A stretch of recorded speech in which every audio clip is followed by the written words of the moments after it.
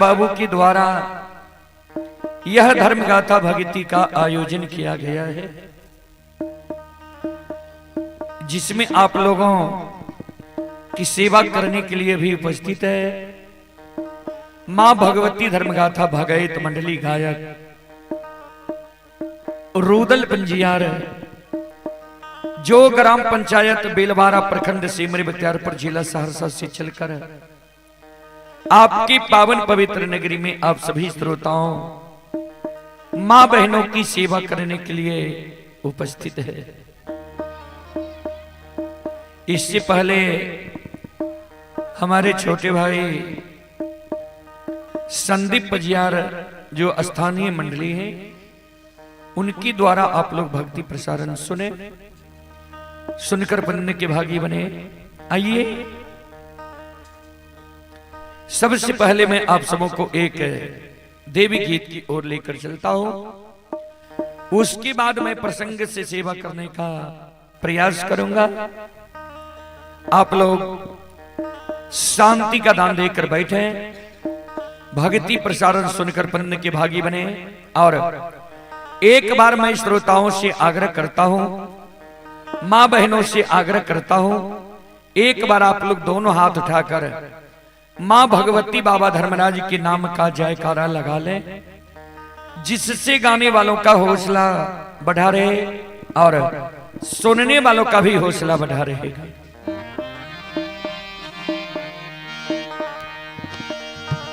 बोलो बोलो माता भगवती महारानी की जय,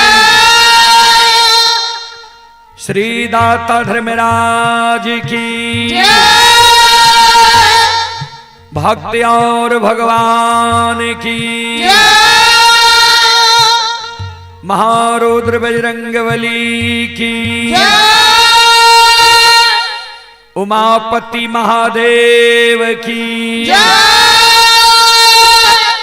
बाबा डिहवार की जय, संत बाबा कारू खिरहरी की जय। चले देवी गीत की ओर।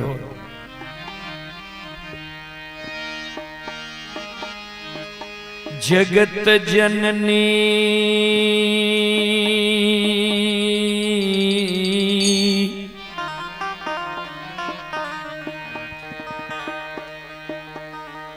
जगदम्बे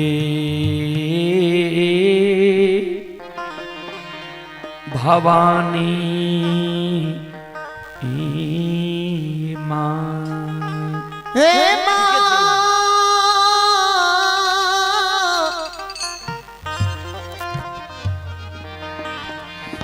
माये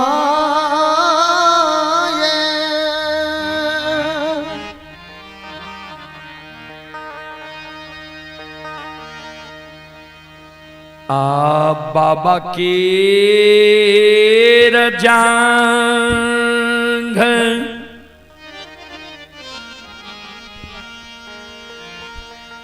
चाढ़ी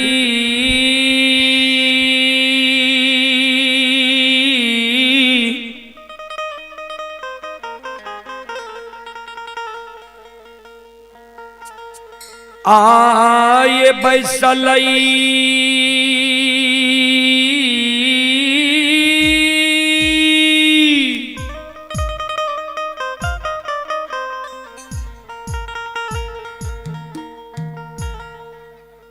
दिया धान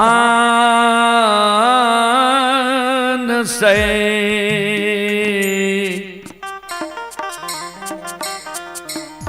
एरा आये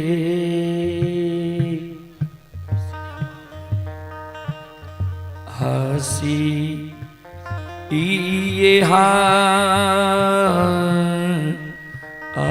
हसीना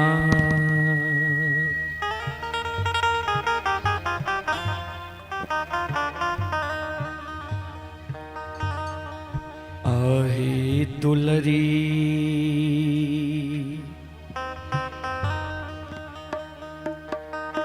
बाबा से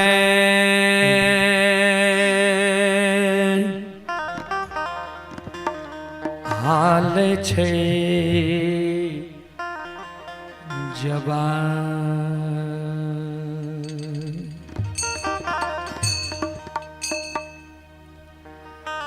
बसे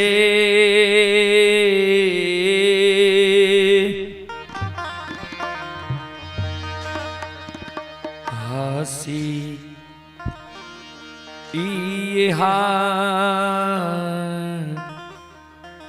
सीना,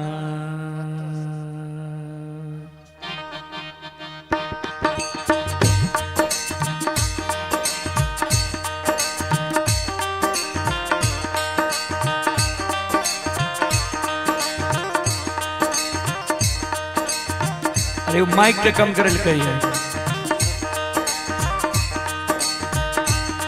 बाबा के जांग चढ़ी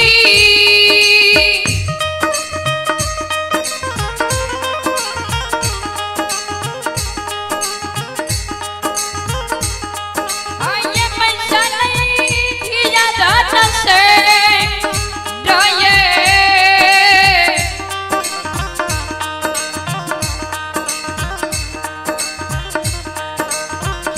हंसिए हंसिनो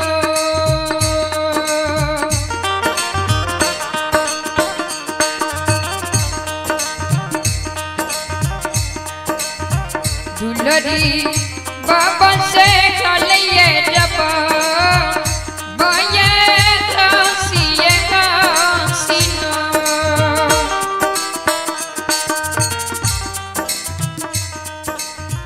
अपरहा बरीस बाबा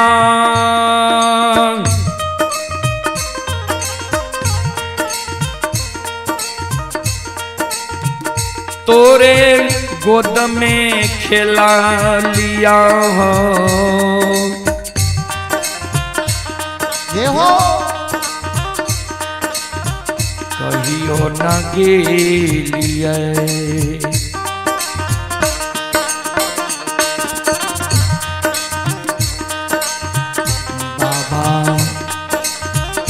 गंगा आसन्ना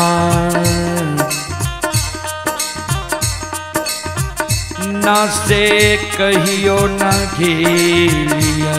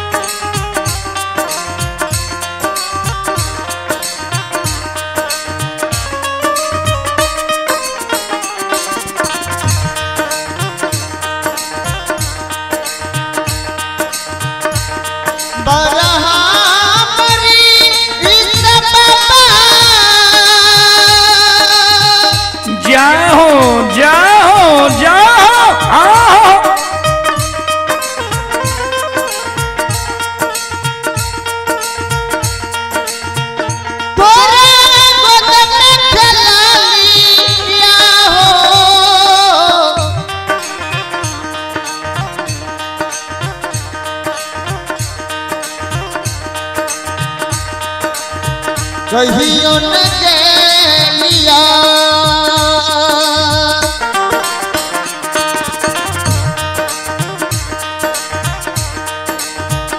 बाबा गंगाया सना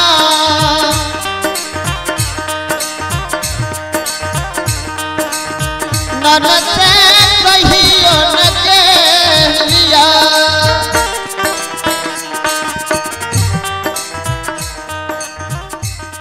ध्यान देवे धनसेर बाबा के गोद में बैठ के बाबा से आदेश मांगे और आशीर्वाद मांगे जी बाबा 12 वर्ष हम यहाँ के गोद में खेल लो,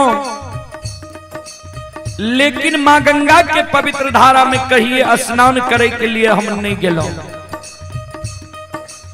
आय हमार मन हुई है जी माँ गंगा के पवित्र धारा में स्नान करे के लिए जाए। हमारा आदेश दियो और आशीर्वाद दियो जी माँ गंगा के पवित्र धारा में स्नान क्या क्या आवी।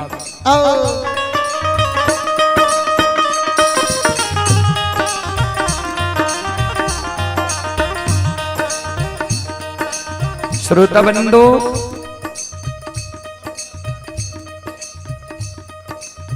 अभी जो आप लोग यह कार्यक्रम देख रहे हैं, यह कार्यक्रम अभी Rudal Pajiyar YouTube channel, Maithili hits Bhagat channel व रूदल पजियार फेसबुक पेज पर यह कार्यक्रम अभी लाइव चल रहा है। जो देश विदेश तक का लोग यह कार्यक्रम का अभी लुत्फ उठा रहे हैं। उसी कड़ी में कुछ श्रद्धालु पुरस्कार भेजे हैं। आप ही मनीष कुमार यादव सौराजान मछा, श्रद्धालु की ओर से 21 रुपए की पुरस्कार आए हैं। इंद्रजीत यादव परसा गढ़ी के निवासी हैं। इंद्रजीत यादव जी की ओर से शानदार 25 रुपए की पुरस्कार आए हैं। श्रद्धालु को बहुत बहुत धन्यवाद, लाख लाख शुक्रिया, बहुत बहुत साधुवाद। जय हो दानी श्रद्धालु की जय हो, उनके समस्त परिवार की जय हो।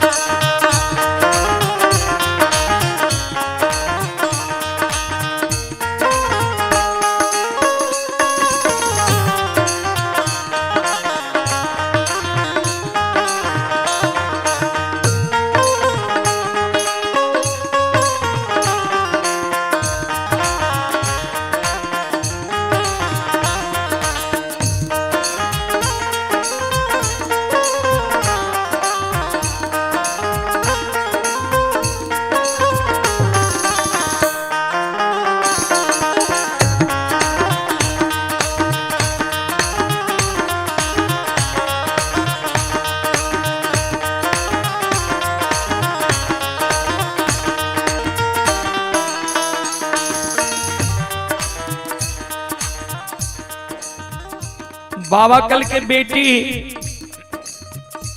केकरा संस्था तू गंगा स्नान जेभा धनुषर कहे बाबा सखिया सहेली बाबा जय हो।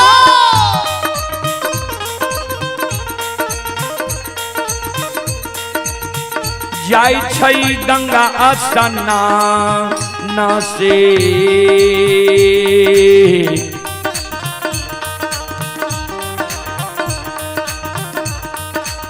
हमहु जइबै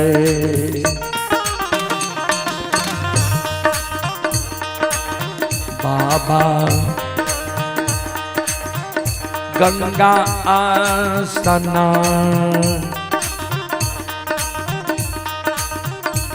से हम जइबै बाबूजी रे पिताजी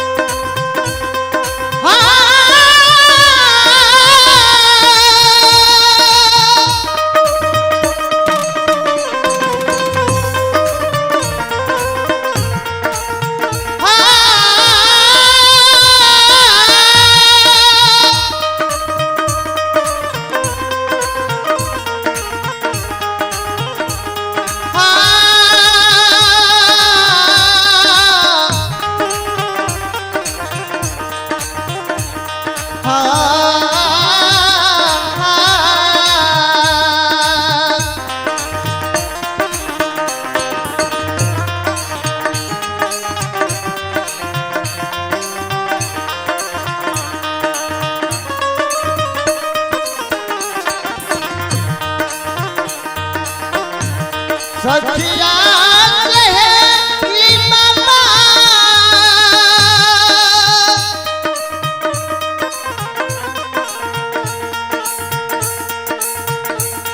आहो गई फेरी गलत नाना मासे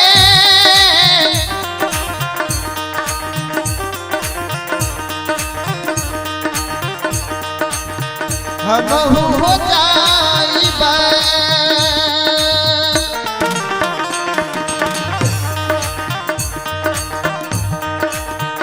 बाबा गंगाया सना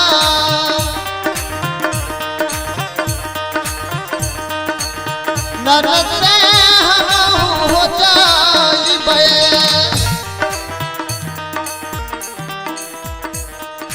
धनसर कल के बाबा सखी सहेली हमर गंगा स्नान जाय छै, हमहू सखी सहेली के संग साथ जाए। बाबा कल के बेटी तू नहीं जा गंगा स्नान। धनसर कल के बाबा से किया है। बाबा कल के बेटी माँ गंगा के किनारे में बहुत श्रद्धालु आवैया, अंधा आवैया, बहिरा आवैया, बांझी आवैया, मरुछनी आवैया, साधु संत ऋषि महात्मा आवैया। वो भारी भीड़ में धिया तुहारा जीव हो नदान छो, नहीं तो माँ गंगा के धारा बहुत तेज है।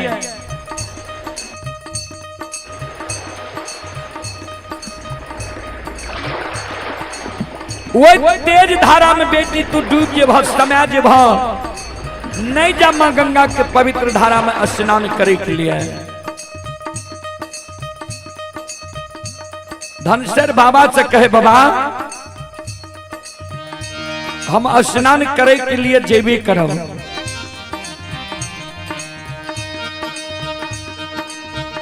बाबा कल के बेटी जो तोरा स्नान करने छत सुना,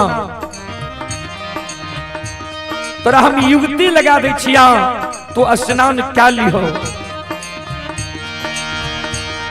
दुआरे पर पोखरी को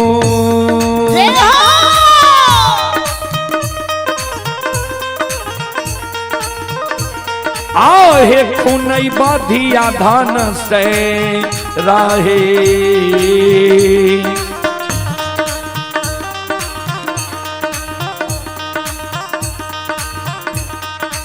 मोरहाइये देवा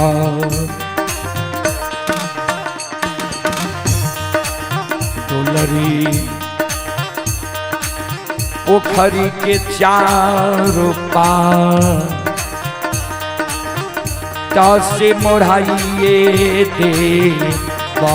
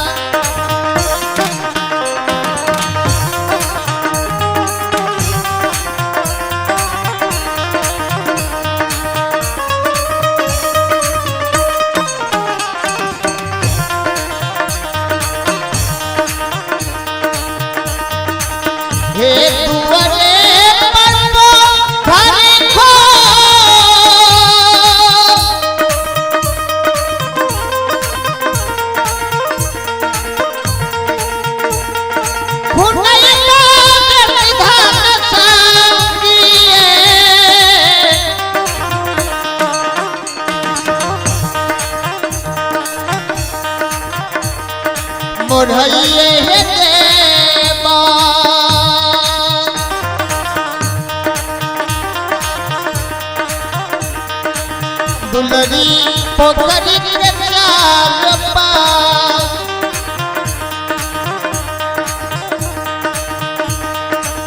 साये मरहई देवा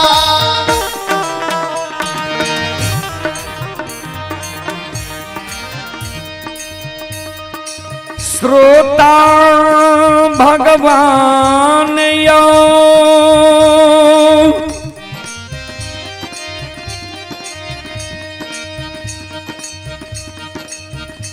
बाबा के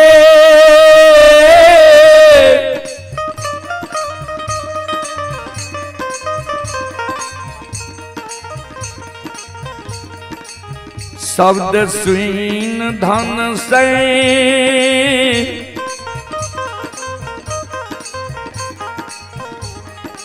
धन शेर के आंख से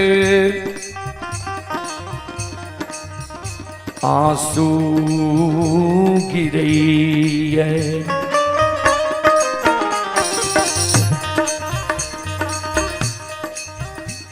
ध्यान देवे बाबा के शब्द सुनकर धनसर के आंख से आंसू गिरे लगले। जार बेजार धनसर बाबा के चरण में गिर के काने लगे।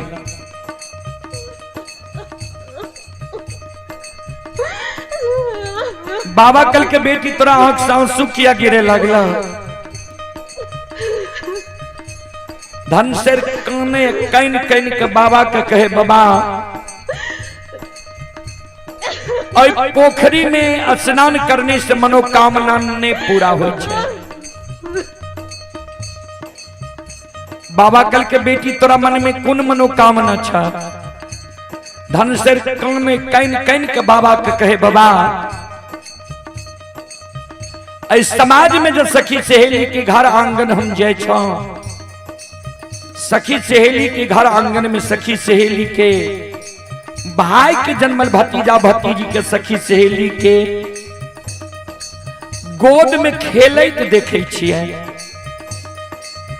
सखी सहेली के भाई के जन्मल भतीजा भतीजी के सखी सहेली के गोद में हंसै के आवाज सुनै छियै।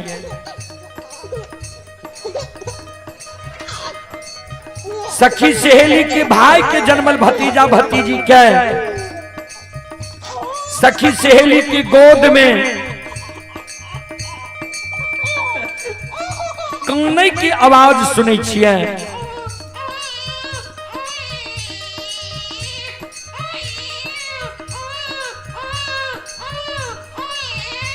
वो आवाज सुन के हमर हिया सालैया जी भगवान हमरो तो एगो मालिक भौजी है, किया ने हमरा मालिक भौजी के अभी तक कोई से एगो बेटा बेटी पुत्र पुत्री संतान भगवान दिलकै है। वह कारण हम मां गंगा के पवित्र धारा में स्नान करे ले चाहे छो। हे माता हमरे भाभी के दुख कह लियो, अब कोई से एगो बेटा बेटी दियो जे हमहू भाई के जन्मल भतीजा भतीजी के गोद में खेला, हमरो अभिलाषा पूर्ण है। ए बाबा, ए बाबूजी, ए पिताजी,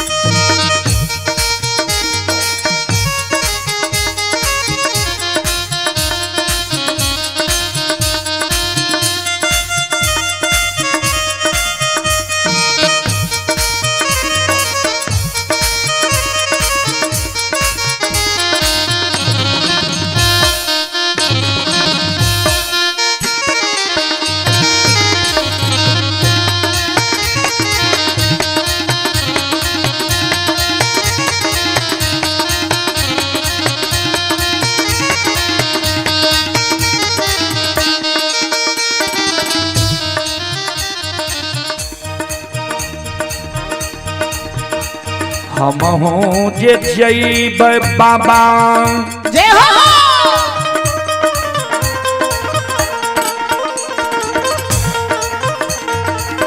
गंगाया स्नान से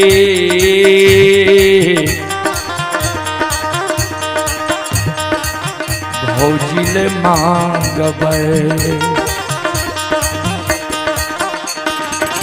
बाबा गोदी में संतान न से भौजिल मांगबै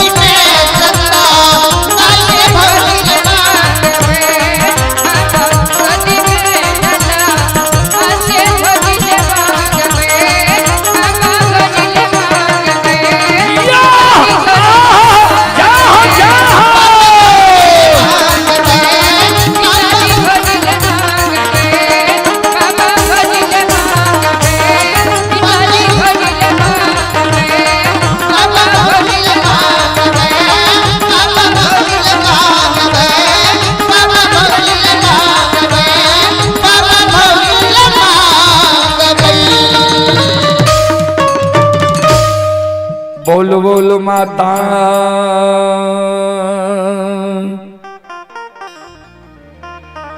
भगवती महाराज आने की। आइए पुरस्कार की ओर। आप हैं मंटुन ठाकुर बालम के निवासी हैं। श्रद्धालु की ओर से 11 रुपए की पुरस्कार आए हैं। विभूति पासवान उदयपुर पर्वताक जिला खगड़िया से हैं और श्रद्धालु अभी मुंबई में यह कार्यक्रम लाइव देख रहे हैं। श्रद्धालु की ओर से 21 रुपए की पुरस्कार आए हैं। आप हैं जय मां भगवती बैडी से शिवेंद्र कुमार भारती के भतीजी हैं साक्षी कुमारी, शिवानी कुमारी, नूतन कुमारी भतीजा है विशाल बाबू बैडी के निवासी हैं और शिवेंद्र जी अभी पंजाब में यह कार्यक्रम लाइव देख रहे हैं। श्रद्धालु की ओर से 51 रुपए की पुरस्कार आए हैं। इंद्रजीत कुमार की ओर से 25 रुपए की पुरस्कार आए हैं और आप हैं मिथुन कुमार जी की ओर से 11 रुपए की पुरस्कार आए हैं। अमित कुमार जी की ओर से शानदार 51 रुपए की पुरस्कार आए हैं और एक श्रद्धालु की ओर से 101 रुपए की पुरस्कार आए हैं और आप हैं यज्ञकर्ता महोदय श्री कैलाश बाबू गढ़िया। यज्ञकर्ता बाबू श्री कैलाश बाबू गढ़िया की ओर से श्रद्धा के साथ बड़े उदार दिल से 201 रुपए की पुरस्कार आए हैं। एक बार श्रद्धालु के नाम पर जोरदार ताली हो जाए। जय हो। और आप ही संत शिरोमणि श्रोताबंधु रोशन राज, ये खुशी प्रिय पिताराम प्रवेश कुमार यादव ग्राम गढ़िया वार्ड नंबर 1, श्रद्धालु की ओर से 101 रुपए की पुरस्कार आए हैं। श्रद्धालु को बहुत बहुत धन्यवाद, लाख लाख शुक्रिया, बहुत बहुत साधुवाद। और हमारे छोटे भाई संदीप पजियार जी, हमारे छोटे भाई मां काली लोक गाथा भगत मंडली के गायक हैं संदीप पजियार जी गढ़िया, उनकी ओर से भी 101 रुपए की पुरस्कार आए। श्रद्धालु को बहुत बहुत धन्यवाद, लाख लाख शुक्रिया, बहुत बहुत साधुवाद। जय हो दानी श्रद्धालु की जय हो, उनके समस्त परिवार की जय हो। जय हो।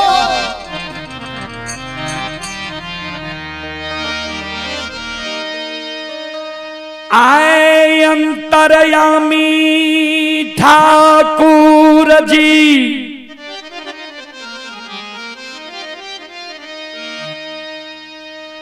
धर्मराज बाबा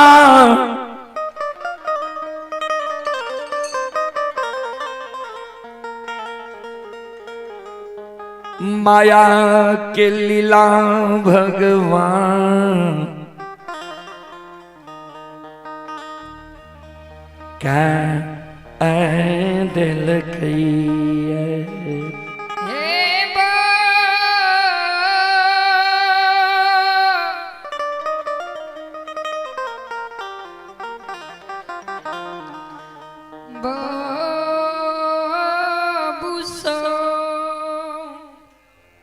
आइए, आप हैं संजीत कुमार सुखासन के निवासी हैं, थाना व जिला सहरसा के ओर से शानदार 21 रुपए की पुरस्कार ऑनलाइन फोन पे के द्वारा आए हैं। और श्रद्धालु बेंगलोर में यह कार्यक्रम अभी लाइव देख रहे हैं। मिथुन कुमार जी के ओर से पुनः 11 रुपए की पुरस्कार आए हैं। श्रद्धालु को बहुत बहुत धन्यवाद, लाख लाख शुक्रिया, बहुत बहुत धन्यवाद। आए मोकमा नगरी में भगवान,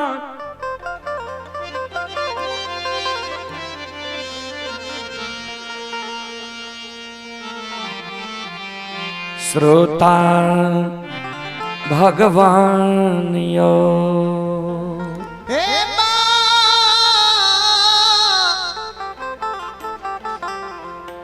बबुसा भैया। चलो आदेश से ले जे कारू बाबा के प्रसंग, कारू बाबा के प्रसंग में लछन बाबा के अग्नि परीक्षा प्रसंग के 4 दिन से यह प्रसंग की फरमाइश भर रही डेली। चलो गवैया के मालिक होय छे सुनवैया, तो मालिक के काम होय छे आदेश करना, सेवक दास के काम होय छे आदेश के पूरा करना। चलो आदेश के पूरा करिए। चलो कारू बाबा के ही प्रसंग की ओर।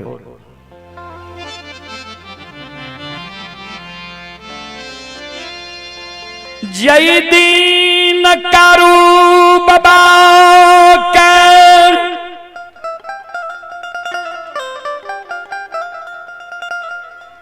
आधारी जंगल में लुल्ही बाघी,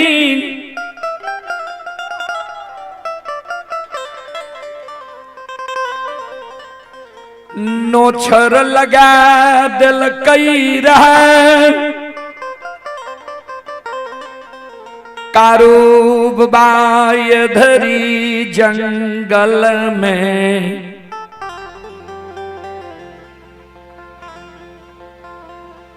बाबा ओघरदानी नक्षेश्वर नाथ की सुमरन खिल के रहा क्या?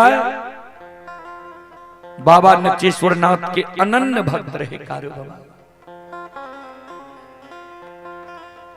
बाबा ओघरदानी नक्षेश्वर नाथ अधरी जंगल में कारू बाबा का दर्शन दिल के कहल के मांगा कौन कारण हमरा हमर पुकार के हो ये कारू बाबा कर जोड़ लेल के काने लागल जी आए उसर के खेत में गुरुजी हम मर रहिए आ उसर के खेत में मरबे उसर के भूत बनल रहे एहि कारण हमर इच्छा ये जे मांस मरे से पहले मांस से मिल ली पत्नी से मिल ली बोर भाई से मिल ली कुटुंब कबीला से मिल ली तब हमर प्राण छूटे।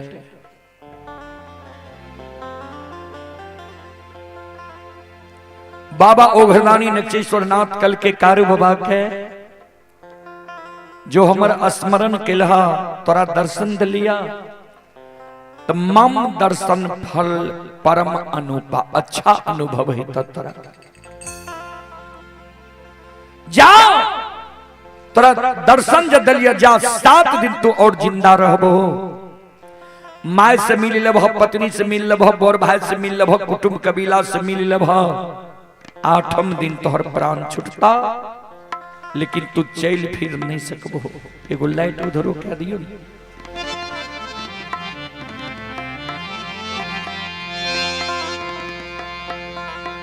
इतना को शब्द कह के बाबा ओघरदानी नक्षेश्वर नाथ अपना धाम के चल गए।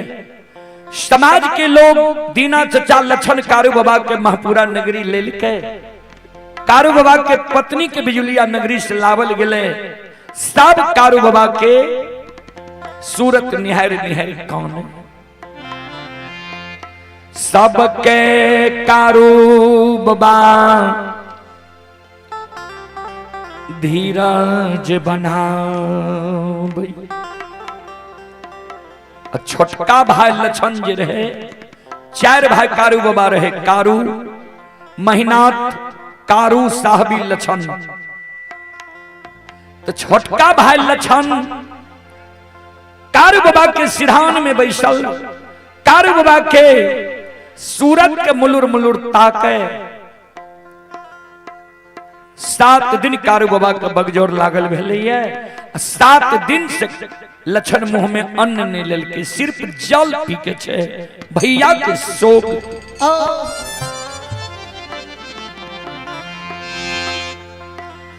आया 8म दिन कारू बाबा के कभी आंख बंद भै जाए कभी आंख खुले कभी श्वास बंद भै जाए कभी श्वास चले।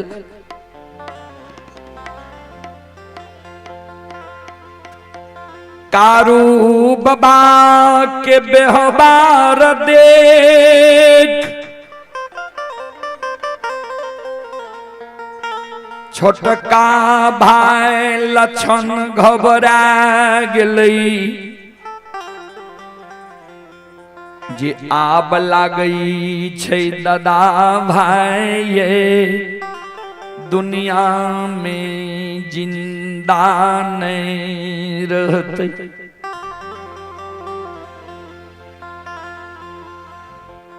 लक्षण के आंख से आंसू गिरे लागले। लक्षण के आंख से जो आंसू गिरे रहे लक्षण के आंख के आंसू 2 बूंद कारू बाबा के सिर पर गिर गए। कारू बाबा के आंख खुले छे। लक्षण के कहे लक्षण क्या कहना निका तोरे ता भाई दुनिया से जा रहा हे रे सबके भाई दुनिया में अइलै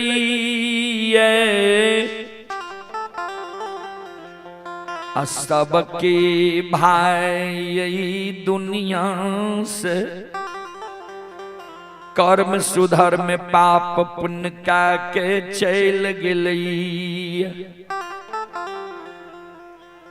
ककरे भाई नहीं सदा लइए नहीं ककरे भाई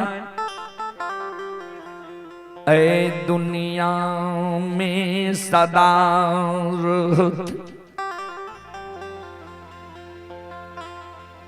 धीरज बांध। कारू बाबा के गला में गला मिल के लछन, कारू बाबा के मरे के बेर में कौन।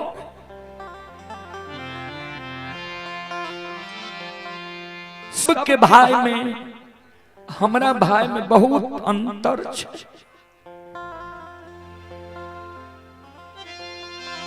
हे हो माय के कोई कक्षा जन्म ले लियई,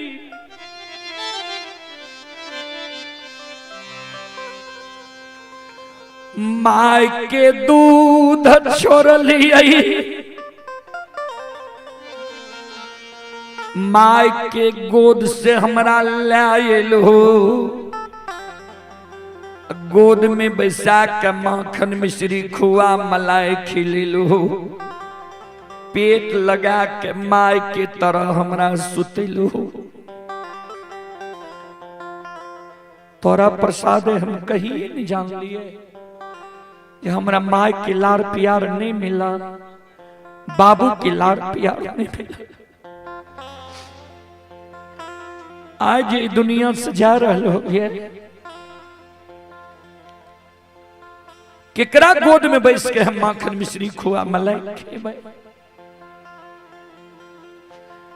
के हमर सहोदर भाई बहन के दुख विपत्ति में खड़ा है।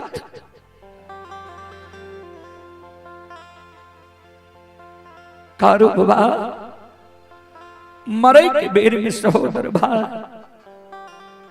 लछन के एगो हाथ पकड़ लेलक, एक हाथ से लछन के आंसू के पोंछ। जाओ आज तू मरे के बेर में कानी छे, मरे के बेर में तोरा हम दूगो वचन दै छियो, दोनों वचन के तू ध्यान से सुन।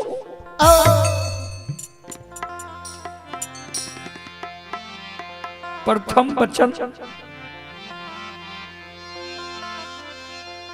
हम जब मैं जइबई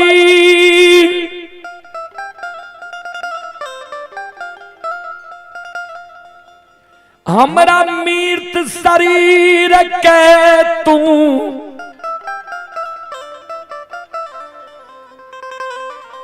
लाल पियर के फरकी डोली पांव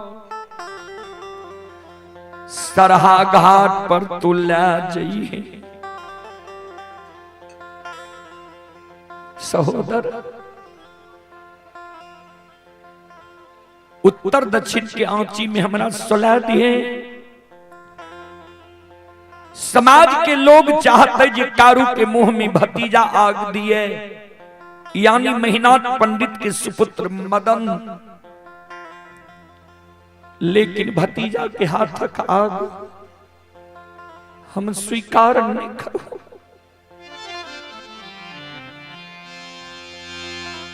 सहोदर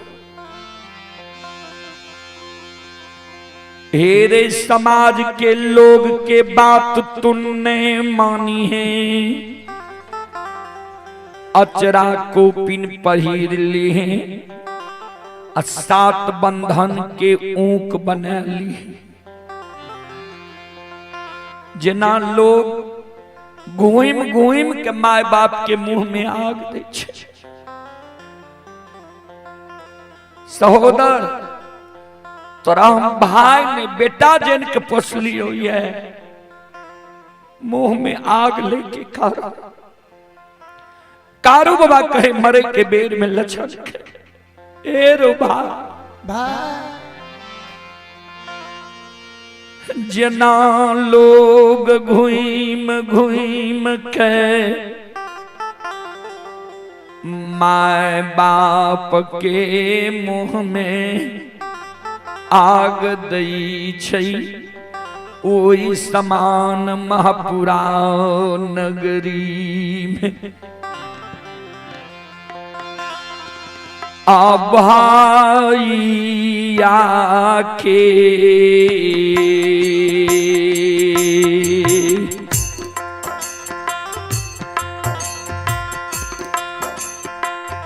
लछन दुलरुआ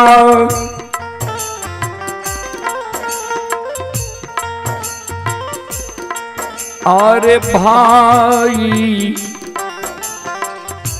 या के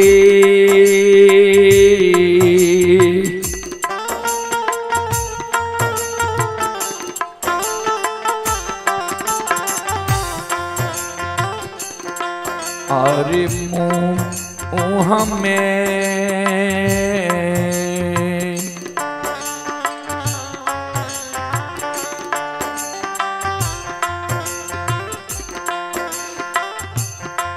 हेरे यगिया धीरे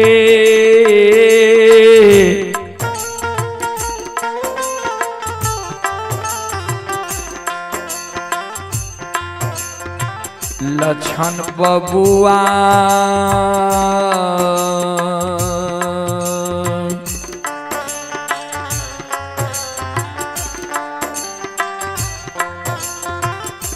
लछन महा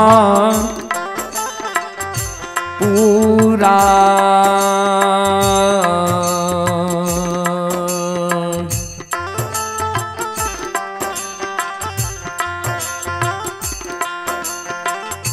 हेरे न रे नग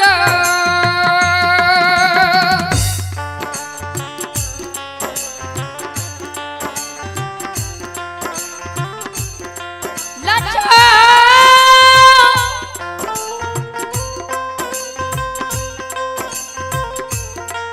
सकदा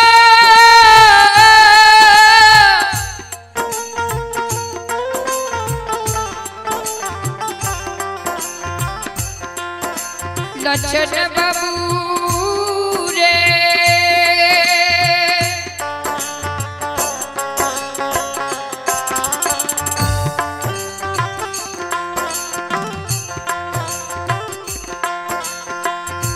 भैया के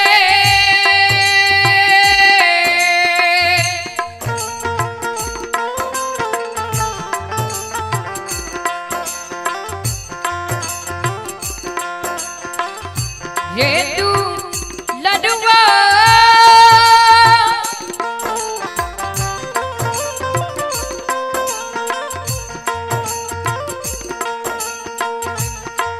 खाने भाई या के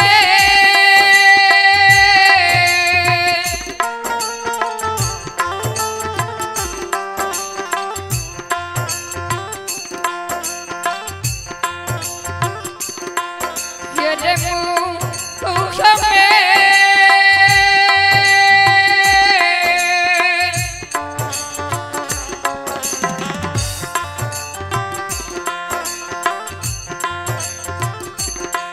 खाने यगिया दिखे रे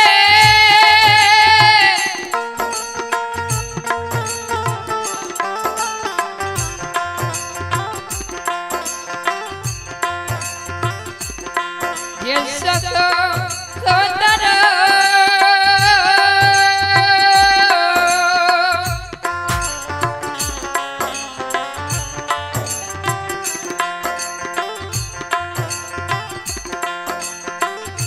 लछन महापूरा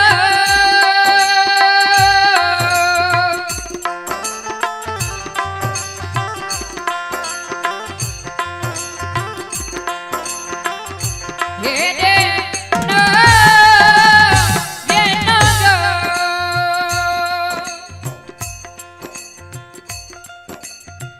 आइए पुरस्कार की ओर। आप है मीठी DJ sound service Gangaura ward number 2 Bihariganj जिला मधेपुरा की ओर से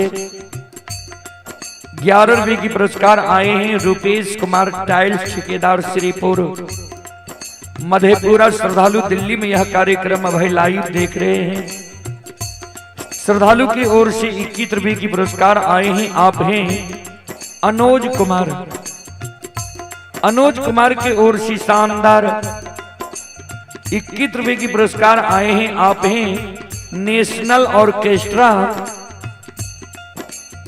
नेशनल ऑर्केस्ट्रा भेलवा सौर बाजार सहरसा।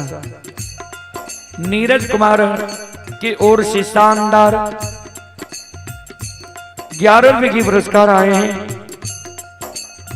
और आप ही संत शिरोमणि श्रोता बंधु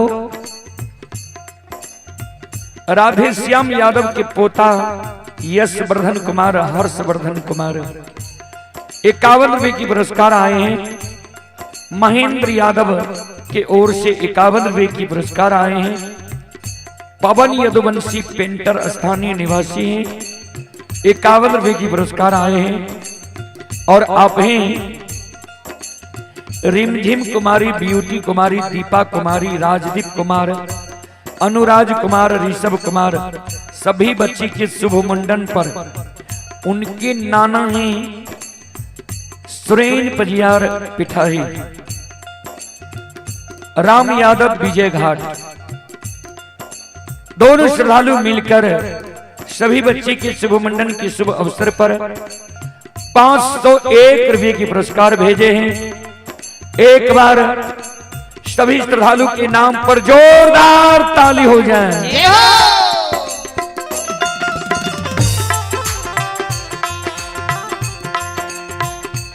भगवान श्रद्धालु के मनोकामना को पूर्ण करे। मां सरस्वती परिवार में बाल बच्चे को सद्बुद्धि सद्ज्ञान दे। बाबा भोले भंडारी भंडार को भरे रखे। जय हो दानी श्रद्धालु की जय हो, जय हो दानी श्रद्धालु के समस्त परिवार की जय हो। जय हो।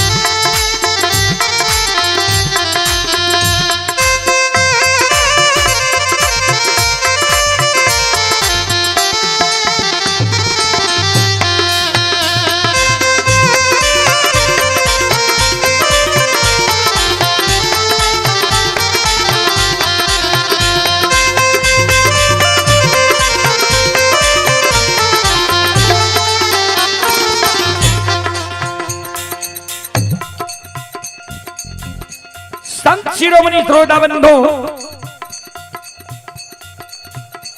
प्रथम बात कहल के कारू बाबा मरे के बेर में अपना हाथ से हमारा मुंह में आग दी है, दाह संस्कार क्रिया कर्म क्या दी है। दोसर शब्द जो तुम मरे के बेर में कौन छे जे मरे के बाद के सहारा बनते, के मदद करता है।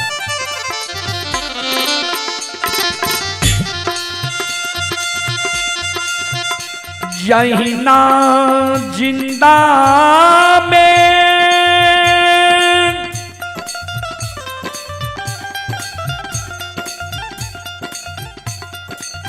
बोर भाई पिता तुल्य हमारा तुम मानने अइले।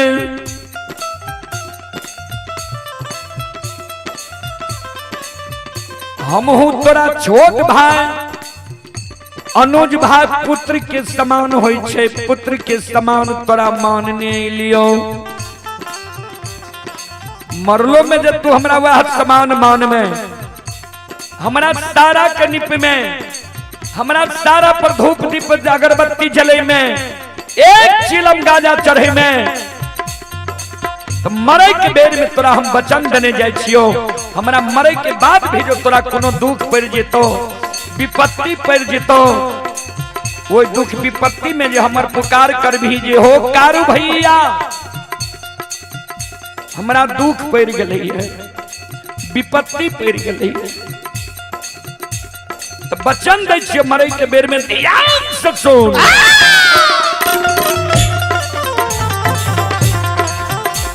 और मरलो में सहो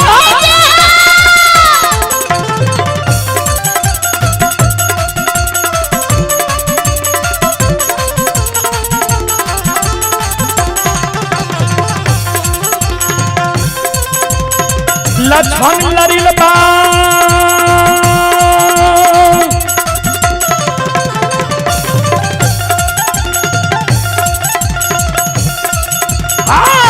मारलो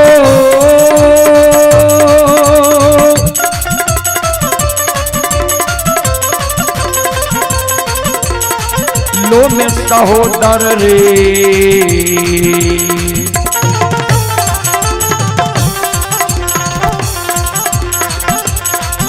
ये रे भैया बन के लछन बबुआ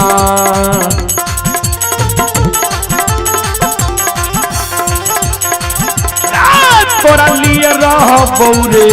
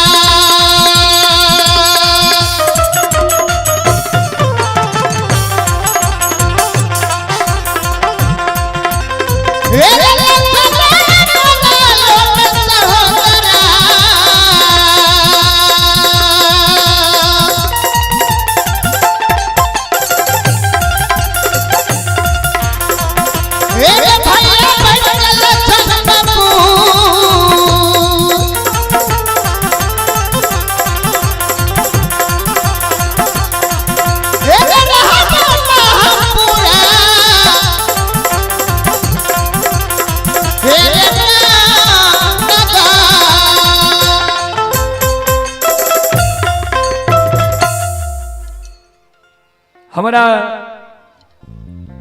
सारा कनिप में सारा पर धूप दीप अगरबत्ती जले में एक चिलम गाजा चढ़े में प्रतिदिन दूध के धार दभी श्रद्धा और विश्वास राख में तोरा कोनो दुख विपत्ति पर तो वही दुख विपत्ति में हम सहोदर भाई बहन के तैयार रह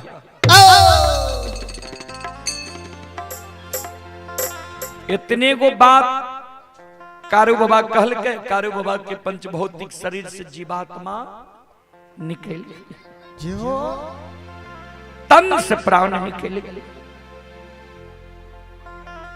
समाज के लोग कारू बाबा के सरहा घाट पर लागले लछन मुंह में आग दल के दास संस्कार क्रिया कर्म भे गए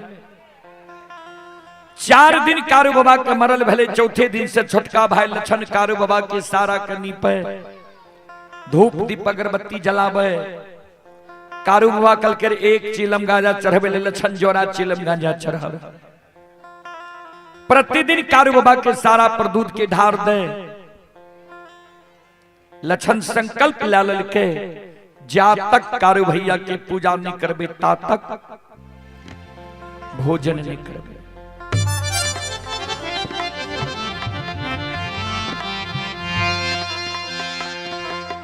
ध्यान दो एक यादव वंश में कारू बाबा से बोर भाई महीनाथ पंडित काशी में पैर के ज्योतिष पंडित विद्वान आचार्य बनले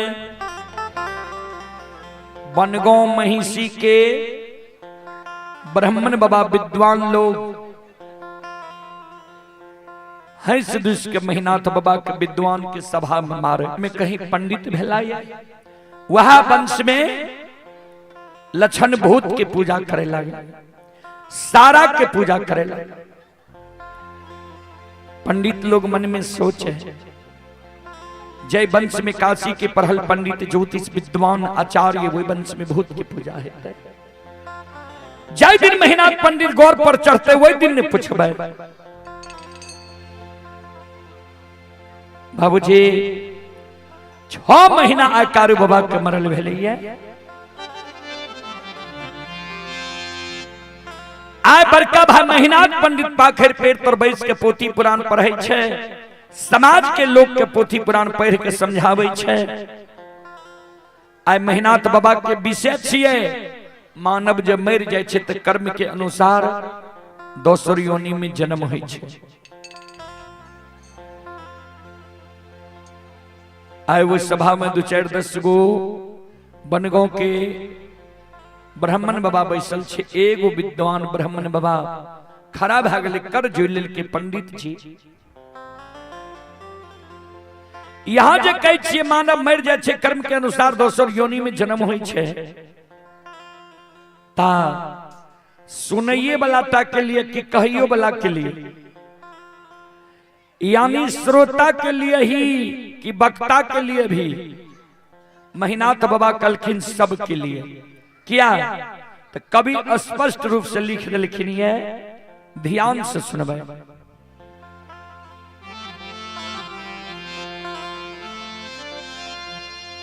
कर्म प्रधान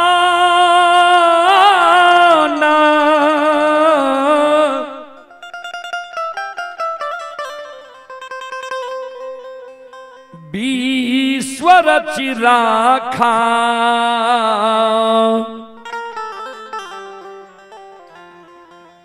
जो जस करई तास फल चाखा।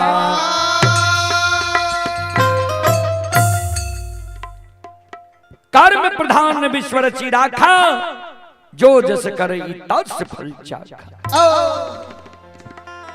कर्म प्रधान छे जे जेहन कर्म करे छे कर्म के अनुकूल योनि मिले छे।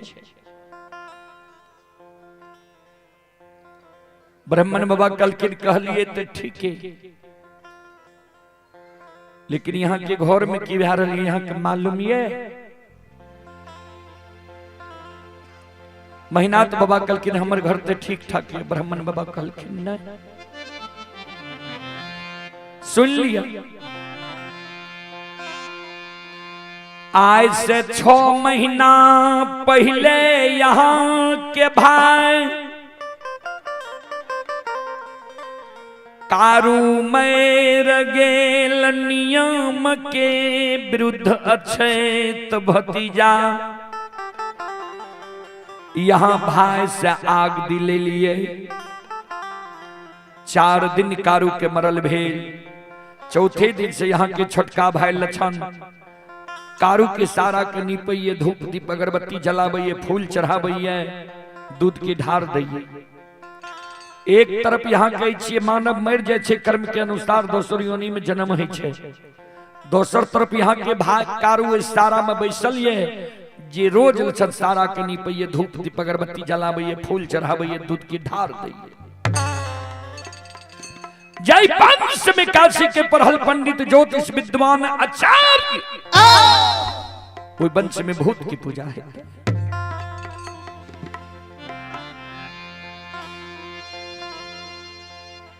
मोहामही जे बाबूजी कोनो व्यास के या कथा वाचक के कोनो बात कह दियो तत्काल के लोग सभा तत्काल के लिए सभा भंग भए जाय छै,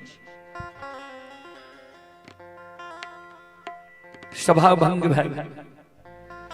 महीनाथ बाबा मन में सोचल के अब लक्षण के कहे ले पड़ते, अगर लक्षण कारू के पूजा नहीं छोड़ते तो विद्वान लोग हमरा पंडित की सभा में हंस दुस के मारते। कारू बाबा मर गेले, लक्षण भए गेले के बाद लक्षण एलिए गाय चरा के लाठा बथान पर गाय के रोक दल के महीनाथ बाबा अपने से पहुंच गए लाठा बथान पर। लछन के इशारा से बोला के बगल में बैसा लेल के लछन सुनै छियै कारू के पूजा करै छो, नाम जपै छो। एहो कारू मर गेले, कर्म के अनुसार कारू के दोसर योनि में जन्म भा गेले हेतै। तू जे कारू के पूजा करे छो, नाम जपे छो, अच्छा नहीं होई छा। मान लिये कारू तोरा बहुत माने रहा, लाड प्यार दे रहा, प्रेम दे रहा, लेकिन कारू जिंदा नहीं छे, मर न गेले। जय वंश में काशी के पढ़ल पंडित ज्योतिष विद्वान आचार्य हम छिया, ओई वंश में तोरा हम भूत के पूजा नहीं करे ले देबा।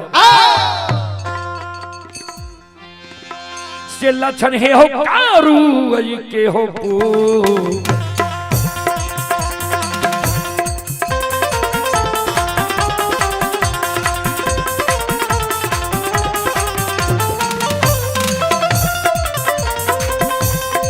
लक्षण लरी लबा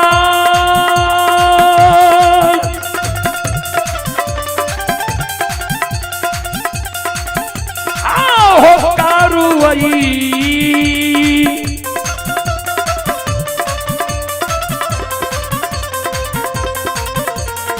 वही के पूजा हो।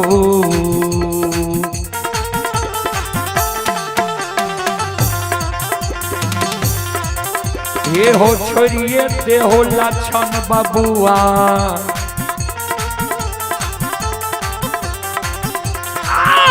लक्षण महापुरा हे हो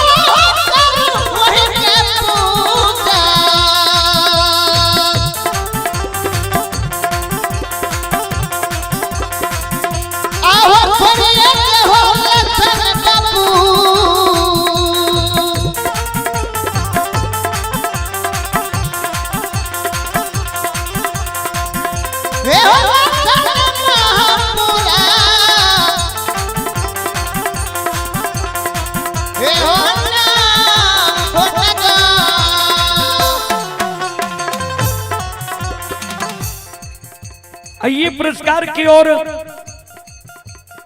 आप हैं रविंद्र शाह, नौवा बाखर हटनी जिला मधुबनी के निवासी ही श्रद्धालु की ओर से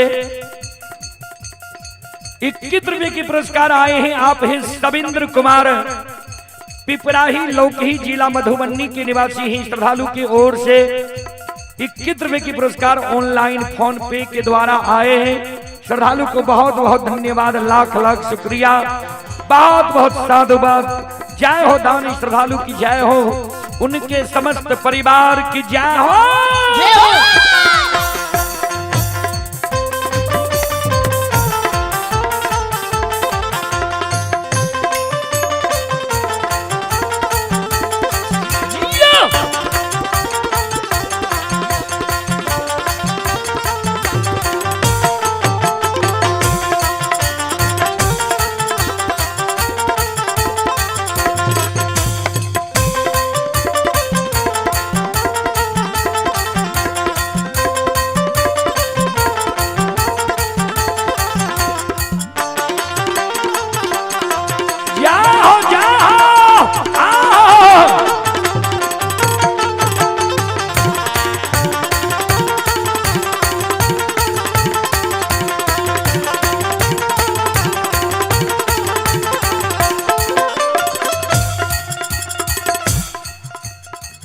आइए आप हैं धर्मेंद्र बाबू,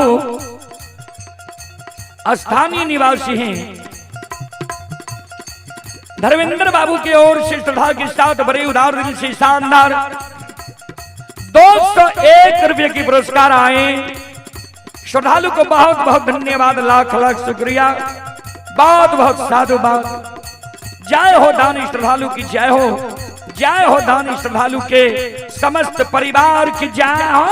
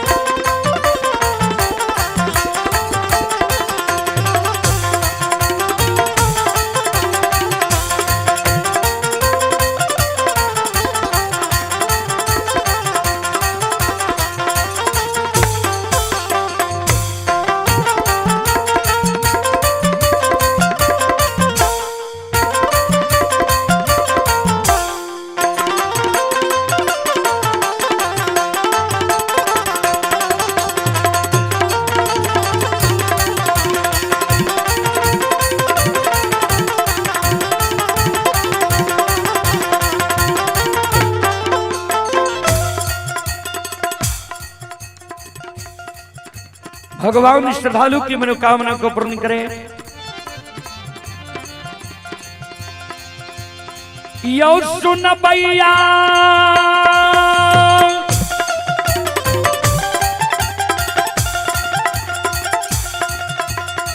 मैया बहिन सब धर्मा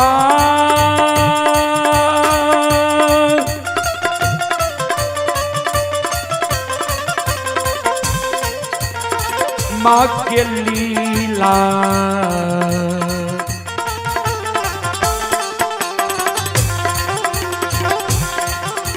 अपार छैयो सुन भैया बाबा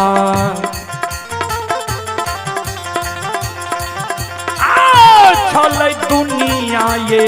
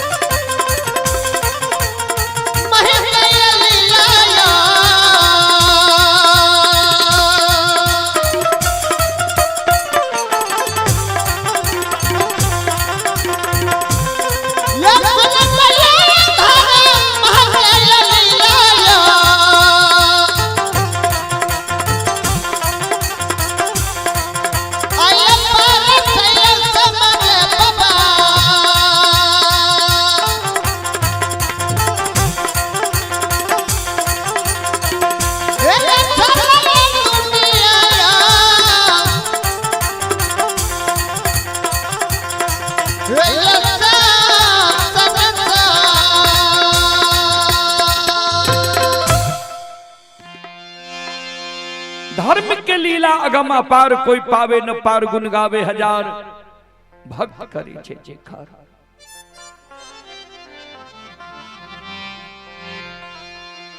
आइए आप ही मनीष कुमार यादव जी की ओर से पुनः 21 रुपए की पुरस्कार आए हैं। निरंजन कुमार की ओर से 11 रुपए की पुरस्कार आए हैं। नीतीश कुमार की ओर से 11 रुपए की पुरस्कार आए हैं।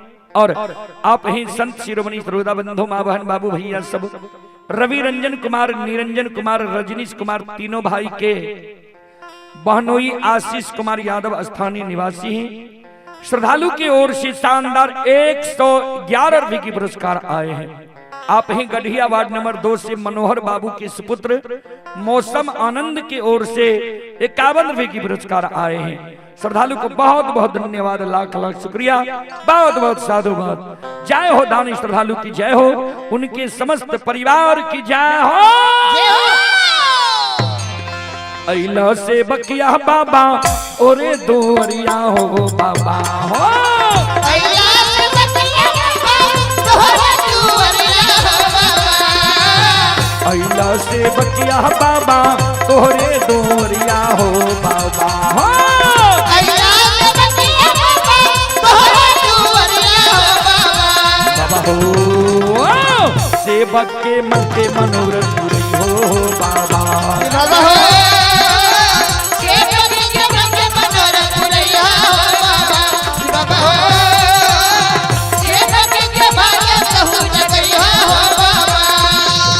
तोहरे दोरिया में अइला पुजरिया हो, तोहरे दोरिया में अइला पुजरिया हो, एक बेरा फेरी दी हो सेवक पर नाजरिया हो, एक बेरा फेरी दी हो सेवक पर नाजरिया हो, तेरो सैता सेवक तोहरे दोरिया हो बाबा हो, तेरो सैता सेवक तोहरे दोरिया हो बाबा, तेरो सैता सेवक तोहरे दोरिया हो बाबा हो, तेरो सैता सेवक तोहरे दोरिया हो बाबा, बाबा हो सेवक के बिगड़ी का बनी हो बाबा, बाबा हो सेवक के बिगड़ी का बनी हो बाबा, बाबा हो सेवक के बिगड़ी का बनी हो बाबा, बाबा हो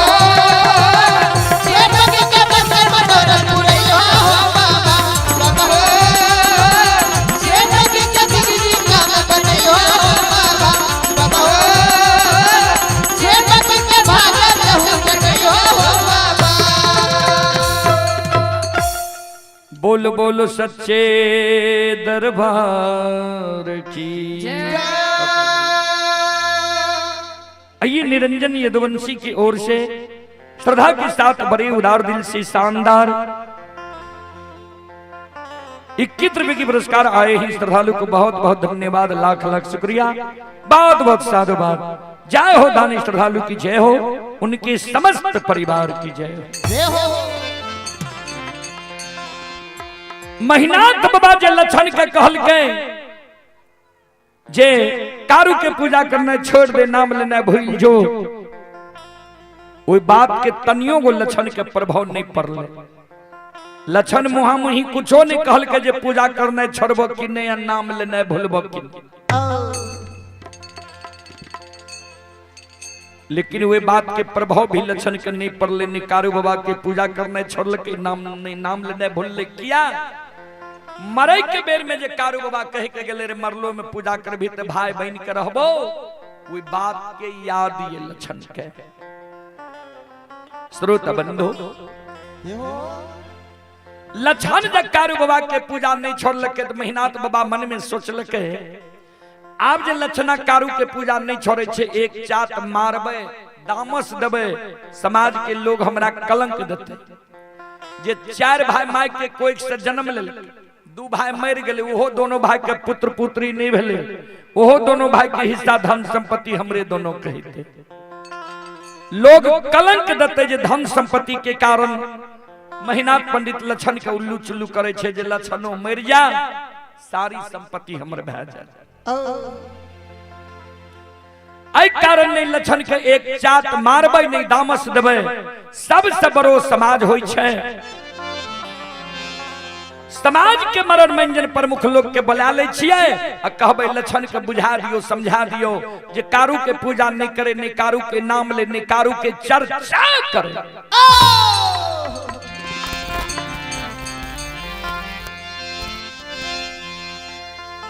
आए महीनाथ बाबा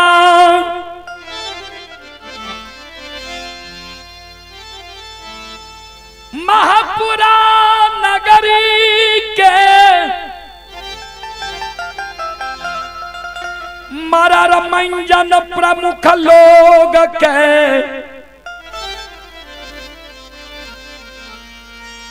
बोला के लाठा बथान पर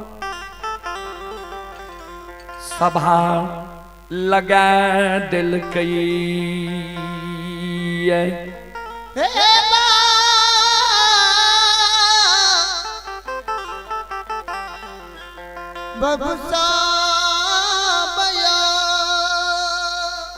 आइए आप हैं दिलीप यादव के पोती व पोता स्नेहा कुमारी शिवांश बाबू 101 रुपए की पुरस्कार आए हैं।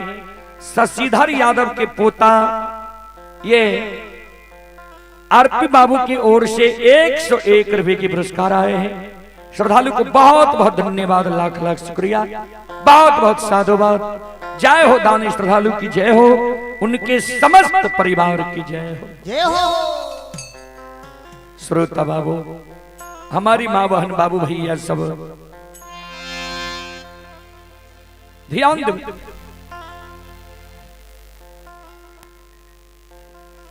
श्रोता सज्जन वृंद, माँ बहन बाबू भैया सब समाज के मरण मंजन प्रमुख लोग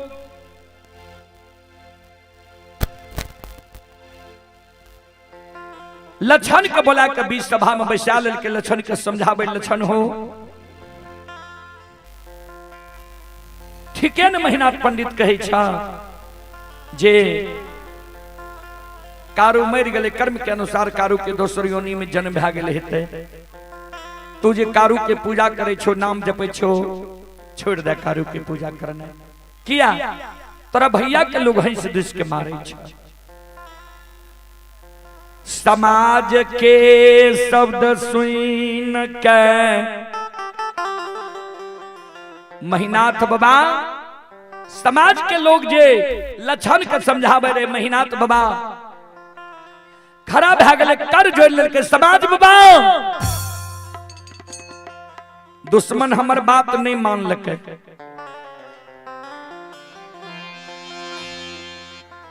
समाज के बोले लो दुश्मन के समझावे के लेल, दुश्मन के अच्छा से समझा दियो।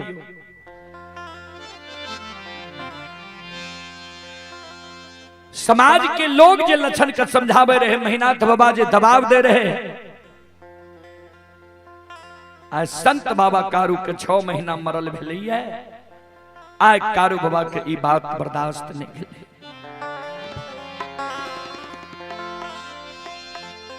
आए मरला अंत में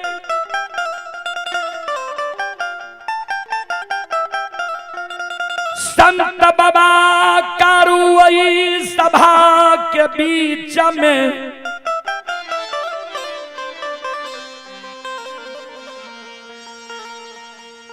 लक्षण जे बैसल रही, लक्षण के अंग में कारू बाबा समय गए। लक्षण के द्वारा सभा में खड़ा भ गए, हाथ से ताली बजावे लागले, शिवदानी के दोहाई दिए लागले, हारा हारा महादेव।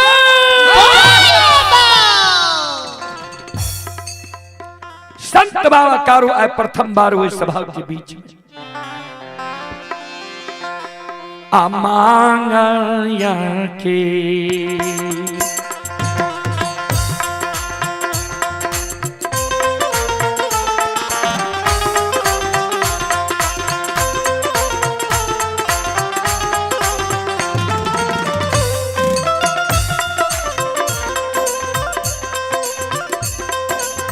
हो बैरागी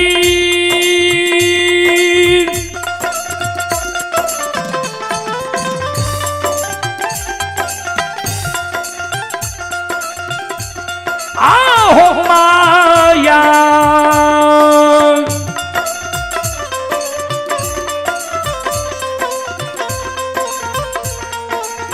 या केली ला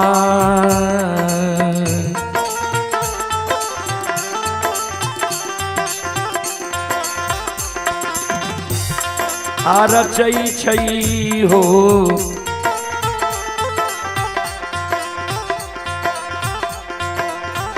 कारू बाबा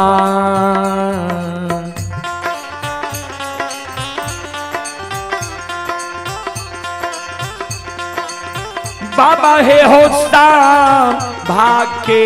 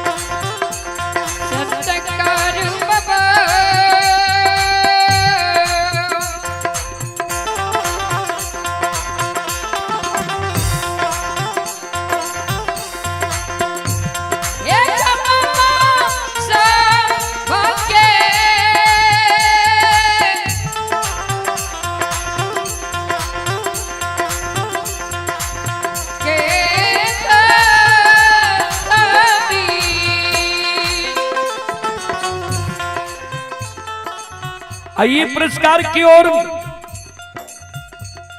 आप हैं सुधांशु कुमार, काजी वार्ड नंबर 1, जिला सहरसा के निवासी हैं और श्रद्धालु अभी दिल्ली में यह कार्यक्रम लाइव देख रहे हैं। श्रद्धालु की ओर से 11 रुपए की पुरस्कार आए हैं।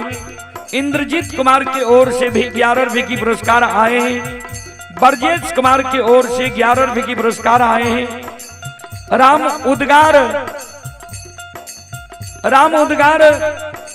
यादव की ओर से शानदार 51 रुपए की पुरस्कार आए हैं। अशोक कुमार किशनपुर के निवासी हैं, 101 रुपए की पुरस्कार आए हैं। ये श्यामरथ कुमार 101 रुपए की पुरस्कार आए हैं। यज्ञकर्ता के पोता पोती महेंद्र यादव, आदित्य कुमार और आंचल कुमारी और अस्मिता कुमारी 101 रुपए की पुरस्कार आए हैं। और आप हैं अमित कुमार, रंजित कुमार, संजीत कुमार, पिता ये कोली यादव, पिता कैलाश यादव की ओर से 201 रुपए की पुरस्कार आए। श्रद्धालु को बहुत बहुत धन्यवाद, लाख लाख शुक्रिया, बहुत बहुत साधुवाद। जय हो दानी श्रद्धालु की जय हो, उनके समस्त परिवार की जय हो।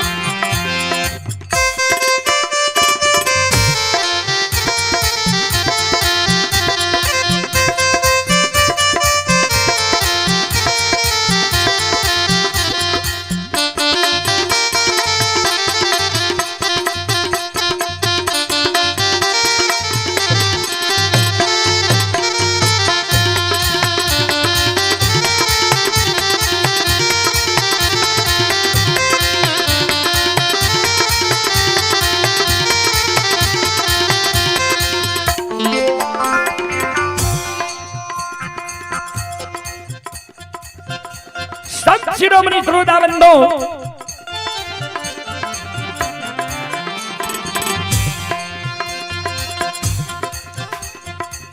लछन के अंग में समय का जे कारूबा,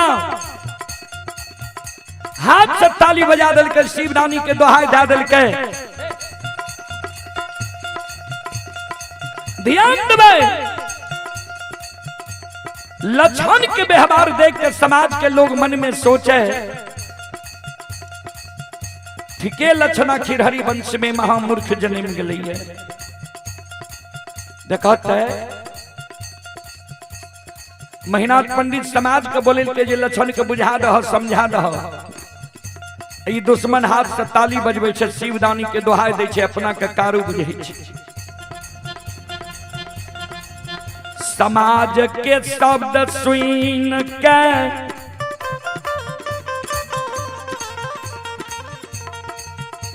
लछन के व्यवहार देख बरका भाई,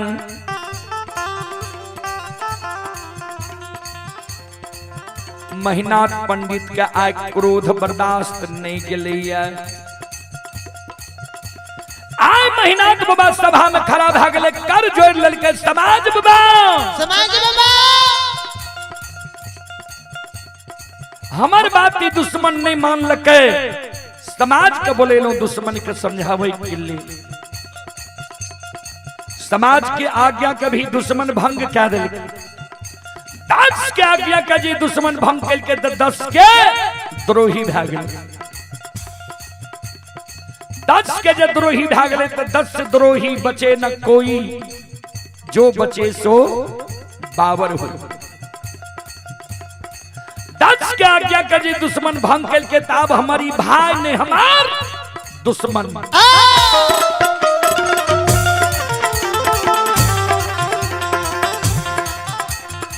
समाज बाबा दस क्या किया का जी दुश्मन भंग करके ताबी हमर भाई ने हमर दुश्मन हमर भाई तब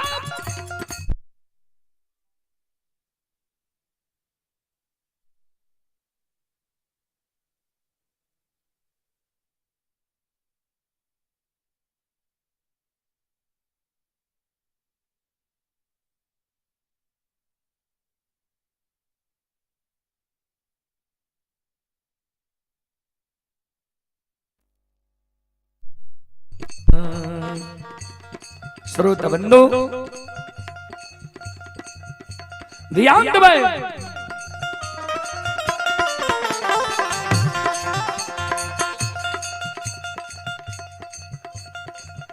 महीना तो बाबा समाज का कहे दस के आज्ञा का जी दुश्मन भंग करके ताबी हमर भाई ने हमर दुश्मन हमर भाई तब जब कारू के पूजा करना छोड़ दिया नाम लेना भूल जा। समाज बाबा इस सभा में लक्षणा दुश्मन के हम 7 दिन के समय दे छिए। 7 दिन के अंदर अगर लक्षणा कारू के पूजा छोड़ देते नाम लेना भूल जेते तब तई हमर भाई अगर 7 दिन के अंदर लक्षणा कारू के पूजा नहीं छोड़ते नाम लेने नहीं भूलते तो ये हमर भाई ने हमार दुश्मन।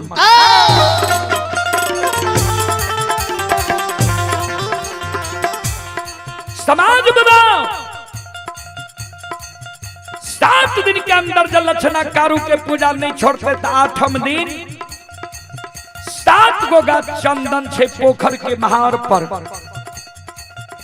7 गाछ चंदन के कटवा देवे चेला चिरवा देवे अघनुमा लार के ढेरी के तरह सरहा घाट पर चंदन के चेला के ढेर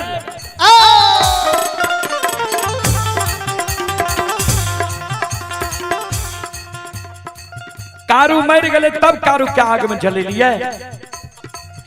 दुश्मन लक्षणा जब कारू के पूजा नहीं छोड़ते नाम लेना नहीं भूलते दुश्मन के 7 गाछ चंदन के चेला पर बैसा देवे हम अपना हाथ से वो चेला में आग लगा देवे। समाज बाबा कारू मर गए तब कारू के आग में जले लिए। ये दुश्मन जब कारू के पूजा करने नहीं छोड़ते नाम लेने नहीं भूलते आओ ये जीन दे दुश्मन माँ के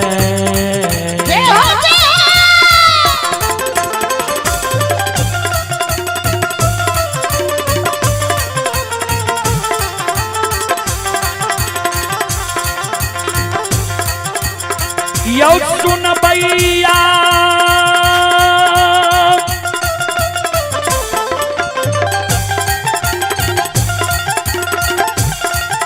आओ ये जीन दे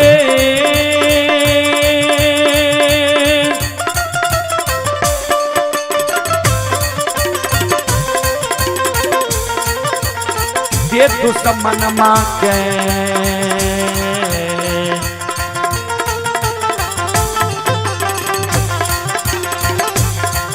ये जो आग में जला के समाज बाबा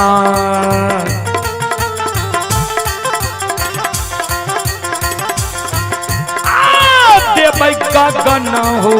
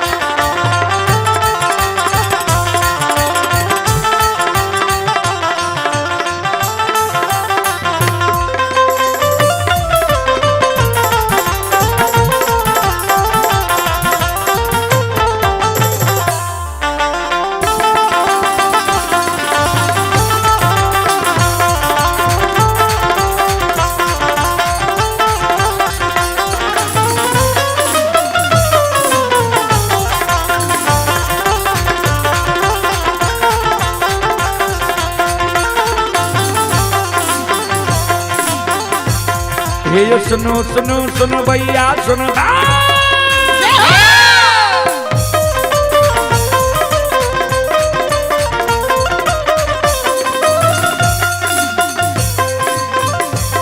ये सुनो सुनो सुनो भैया सुन भै योग भैया भज भैया सुन भै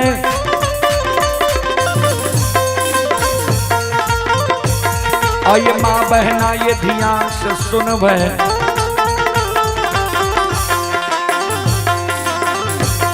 और ये धर्म की बात पर सुन भै मालिक की लीला के सुन भै बरबर लीला गुस्साए रचल गए माया लगिल गए रात रचल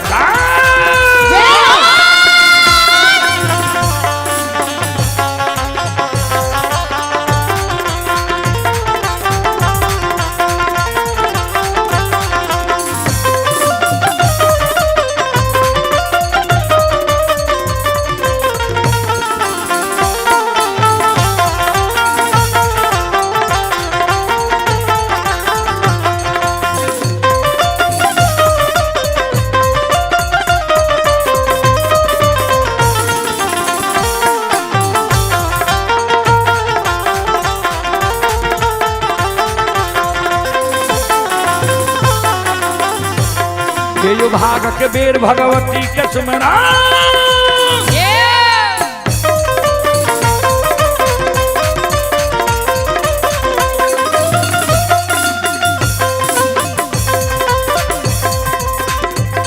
ये जो भाग के बेर भगवती के सुमरो सादा भवनी जगदम्बा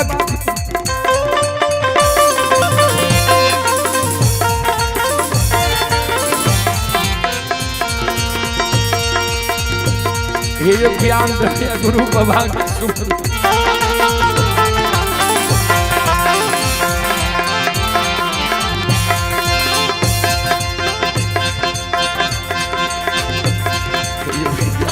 सरस्वती के सुमर गौरी के पुत्र गणेश के सुमर उमापति महादेव के सुमर हरे युधीर पवन सुत के सुमर दुर्गा काली महाकाली के सुमर सभा के बीच धर्मराज के सुमर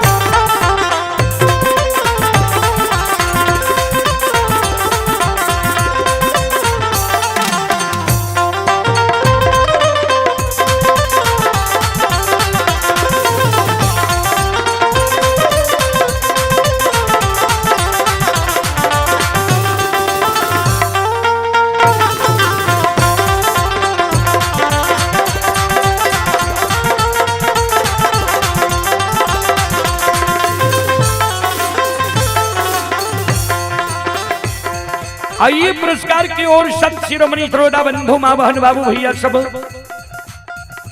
आप हैं मणिकांत यादव किराना स्टोर एंड जनरल स्टोर गधिया चौक की ओर से 101 रुपए की पुरस्कार आए हैं। आप हैं रमेश कुमार की ओर से श्रद्धा के साथ बड़े उदार दिल से 101 रुपए की पुरस्कार ऑनलाइन फोन पे के द्वारा आए हैं। श्रद्धालु को बहुत बहुत धन्यवाद, लाख लाख शुक्रिया, बहुत बहुत साधुवाद। जय हो दानी श्रद्धालु की जय हो, उनके समस्त परिवार की जय हो।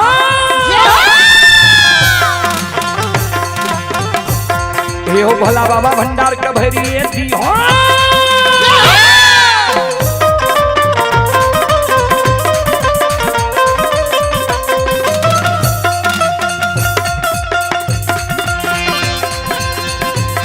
हे भोला बाबा भंडार का भैरी दी हो, ज्ञान के दीप सरस्वती जल्दी।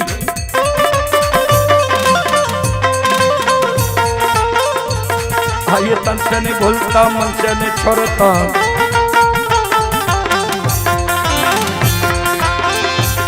आइए सिर में सवैया सेवक क्या दी हो, सेवक के मन की मनोरथ रही हो, बिगड़ल काम कभी मल बनी हो।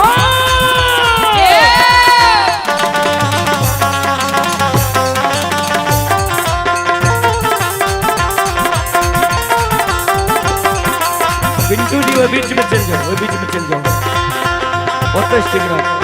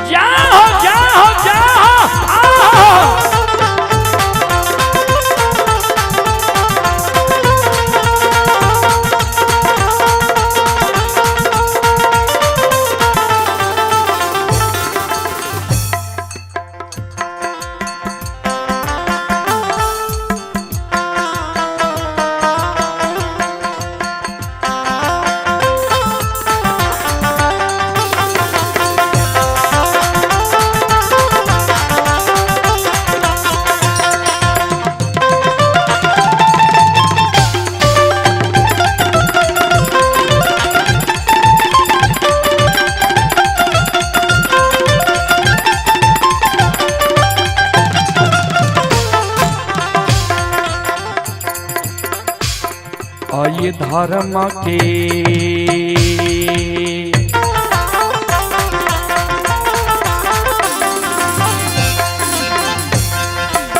हे यो बाबा धर्म के लीला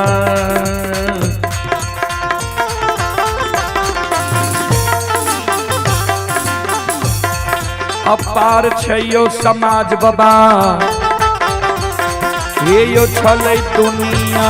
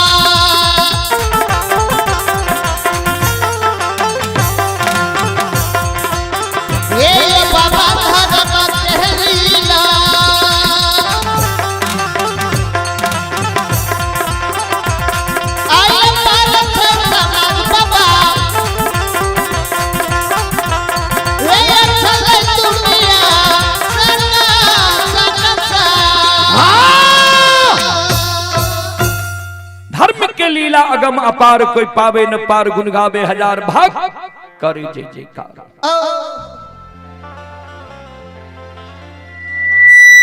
आइए पुरस्कार की ओर आप हैं कुंदन कुमार गणेश स्थान दही दूध के लिए संपर्क करें। ये कुंदन कुमार जी की ओर से श्रद्धा के साथ बड़े उदार दिल से 51 रुपए की पुरस्कार आए हैं। बीरबल बाबू मास्टर साहब के पोता हैं शुभम कुमार पिता ब्रजेश कुमार 101 रुपए की पुरस्कार आए हैं। बालेश्वर यादव के पोता हैं आयुष कुमार प्रियांशु कुमार 101 रुपए की पुरस्कार आए हैं। श्रद्धालु को बहुत बहुत धन्यवाद, लाख लाख शुक्रिया, बहुत बहुत साधुवाद। जय हो दानी श्रद्धालु की जय हो, उनके समस्त परिवार की जय हो। जय हो बाबूजी स्पष्ट रूप से कह दिल के मेहनाथ बाबा 7 दिन के नगर लक्षणा कारू के पूजा नहीं छोड़ते। 8वें दिन 7 गा चंदन के चेला में जला कर मार देते।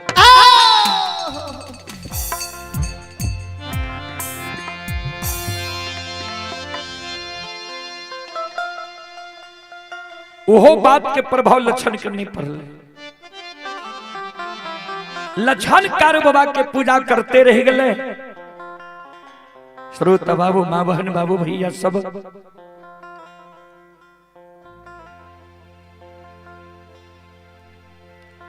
आठम दिन बड़का भाई मेहनाथ पंडित मन में सोचे जे लक्षणा कारू के पूजा छोड़लके कि नहीं छोड़लके, एक बार देखल जाए।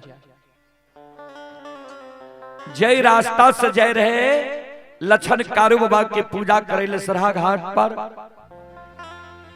वो रास्ता पर जाके आए, मेहनाथ बाबा छिप के बैस गए।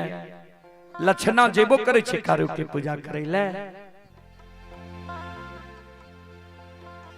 आए लक्षण फूलडाली में फूल ललकइए, कमंडल में दूध ललकइए। फूलडाली में फूल, धूप, दीप, अगरबत्ती, दूगो चिलम भर के फूलडाली में ला ललकइए।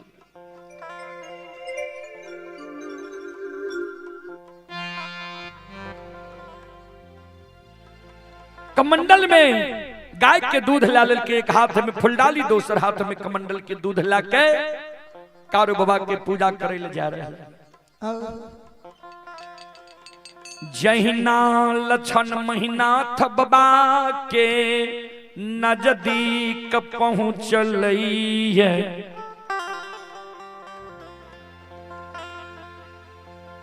मेहनाथ बाबा के नजर पड़ गए लक्षण पर। मन में सोचे, ओ दुश्मन त कारू के पूजा नहीं छोड़लके, ई कारू के पूजा करे ले जा रहे सरहा घाट पर। आगे से सामने सामने मेहनाथ बाबा खड़ा है। लक्षण के कहे, रे लक्षण, फूलडाली में फूल, धूप, दीप, अगरबत्ती, कमंडल में दूध ला के कते जा रहे, जल्दी बोल।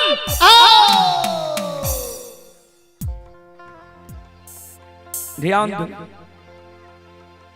12 वर्ष लक्षण की उम्र हो रहे, आज तक बड़का भाई मेहनाथ पंडित के मुहा मुही नहीं बोले ले रहे। आज कह दिल के मेहनाथ बाबा जे कते जा रही है, लसन सिर नीचा कहने छे, सब चुआ के बोले जे मंझला भैया कारू के पूजा करे ले सरहा घाट पर जा रही है। इतने को बात त लक्षण बोले, मेहनाथ बाबा के क्रोध के सीमा नहीं रहा। मेहनाथ बाबा कहे, रे लक्षण, आज से 7 दिन पहले तोरा वो सभा में की समझलियो और बोल, याद छौ कि नहीं? कारू के पूजा तू छोड़ में कि नहीं, बोल।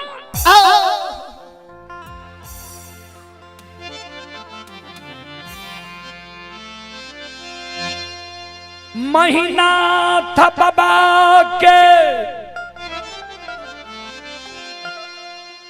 क्रोध देख लक्षण के शरीर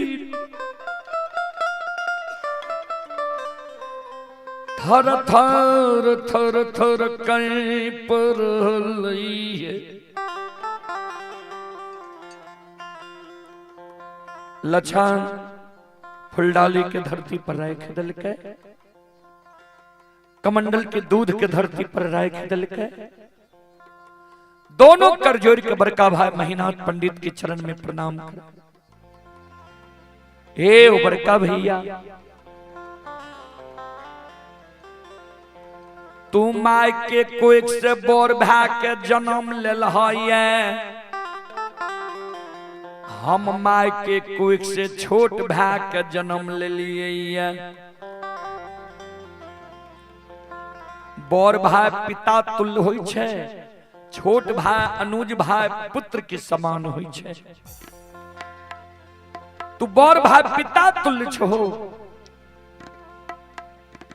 तू हमरा जे कहबो तोहर सब बात हम मान लेब। हमरा जे कहबो जे लक्षण महापुरा नगरी में तू भोजन करना छोड़ दे, तोहर बात हम मान लेबा। अब महापुरा नगरी में भोजन करना हम छोड़ सकै छिया। हमरा जक्का बाजे लक्षण है महापुरा नगरी में तू जल पीना छोड़ दे तोहर बात मान लबा। महापुरा नगरी में हम जल पीना छोड़ सके छिया। हमरा जक्का बाजे लक्षण ऐ महापुरा नगरी के धन संपत्ति में तोहर कोई हिस्सेदारी नहीं छो। धन संपत्ति के हिस्सेदारी त्याग के महापुरा नगरी से हम भाग सकै छिया।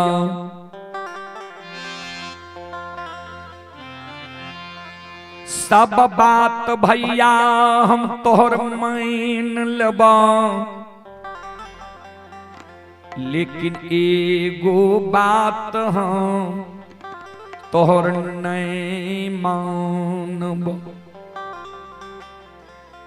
तू जे कहे छो कारू के पूजा करने छोड़ दे, नाम लेने भूल जो।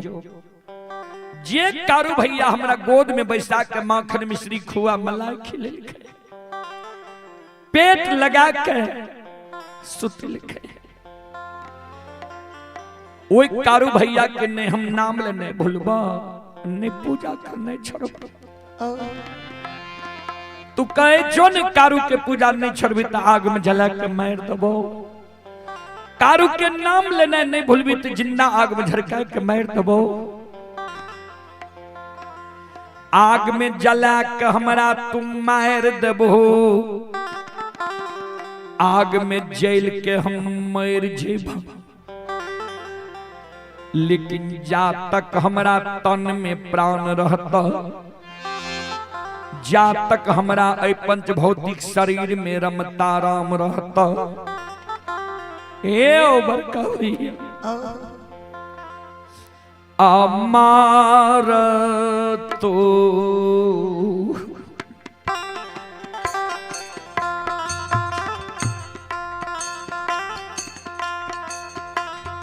बड़का भैया मार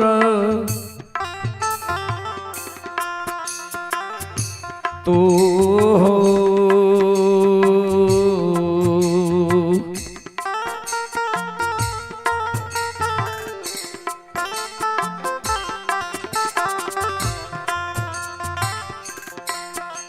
होता अमन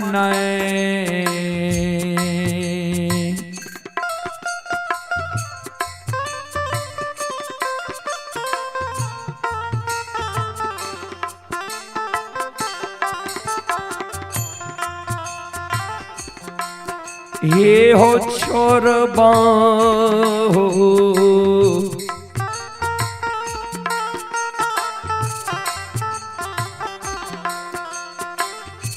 बड़का भैया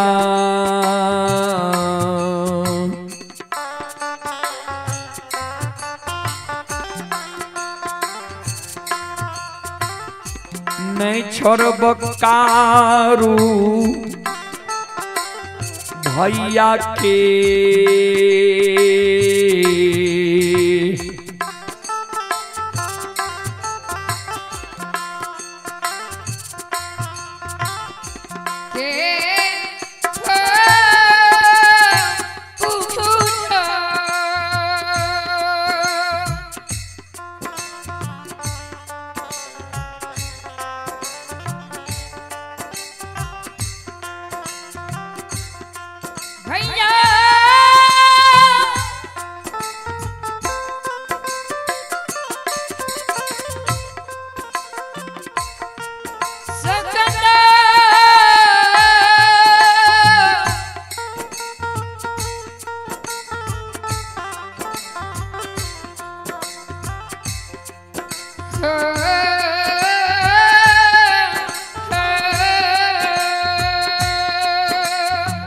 जाओ जाओ जाओ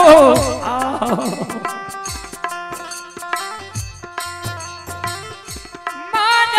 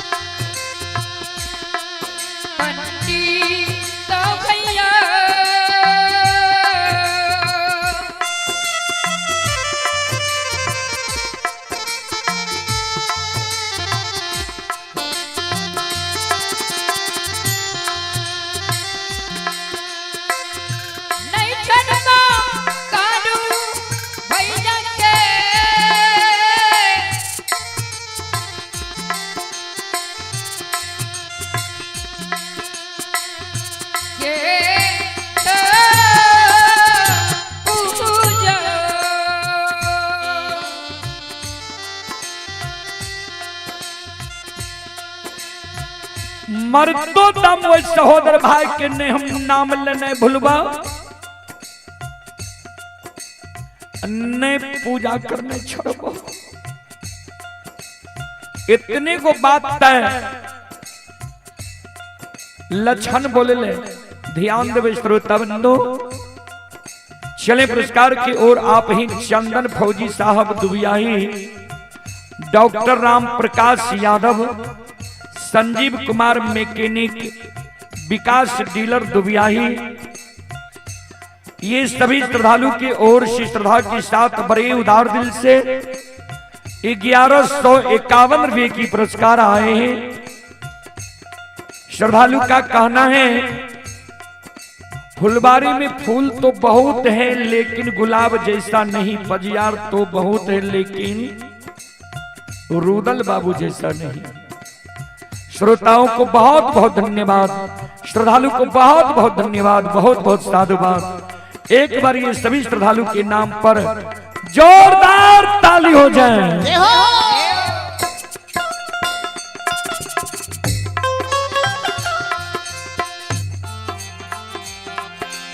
सत शिरोमणि श्रोता बंधु,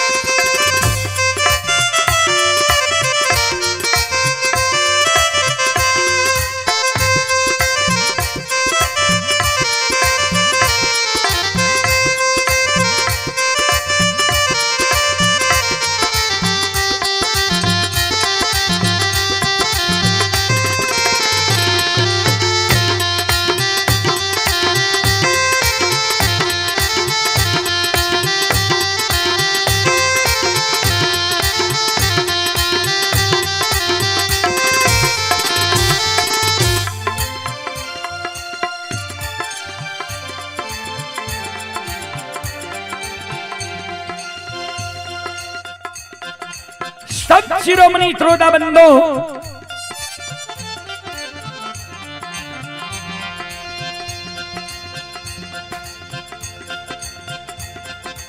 लछन जे कहल के मरतो दम कारू भैया के पूजा नहीं छोड़ब, महीनाथ बाबा के क्रोध के ठिकाना नहीं रहल।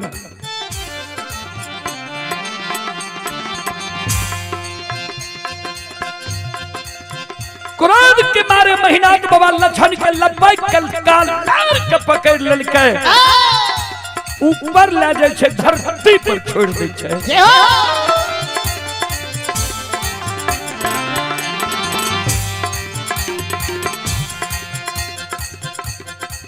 लछन के कहे रे दुश्मन, इस समाज में कोई समाज की हिम्मत नहीं होई छै जे महीनाथ पंडित के मुहामुही जवाब करिए या महीनाथ पंडित की आज्ञा के भंग करिए। हमारे वंश में जन्म के हमारा मुहामुही जवाब कर दिलिए जे सब बात मान लेब, एगो बात नहीं मानब, कारू भैया के पूजा नहीं छोड़बा। जा तू कारू के पूजा नहीं छोड़बे तो तुम मरे के लिए तैयार हो जाओ।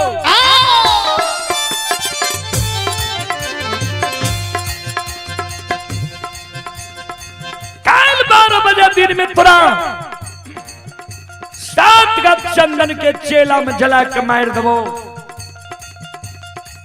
जे कारू जे सहयोगी के तोरा पुकार करना हो पुकार काली है। देखबो के तोरा कल 12 बजे दिन में आग से बचावे ला आवे छो।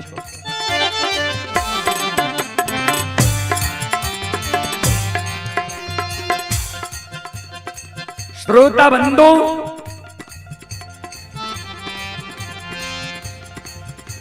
भाई सन ही तनई दुनिया में,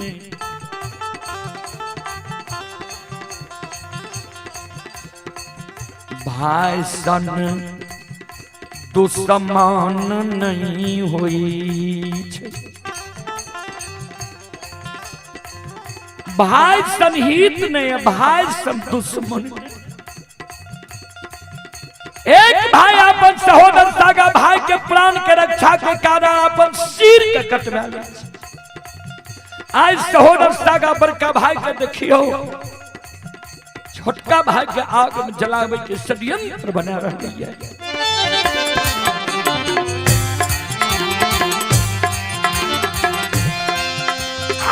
ये भैया के तू सम्मान जय हो।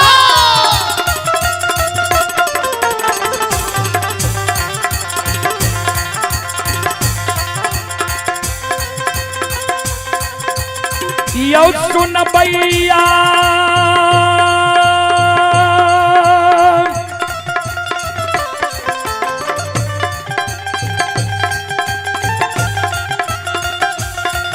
आयो भैया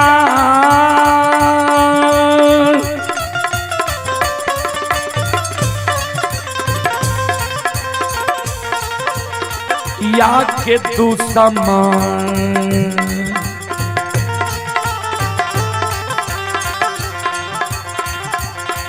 ये यो भैया बनले समाज बाबा।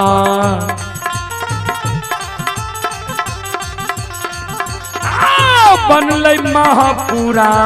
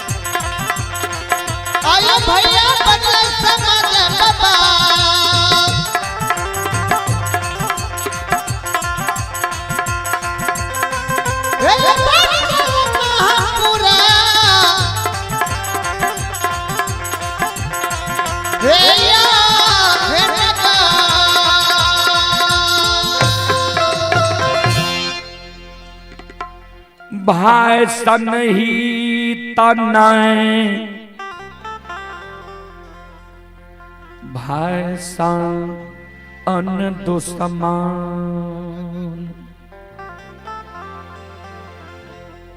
एक भाई अपन सहोदर सगा भाई के प्राण के रक्षा के कारण अपन सिर के कटवा ले। आज सहोदर सागा बड़का भाई छोटका भाई के आग में जलावे के षड्यंत्र बना देलकै।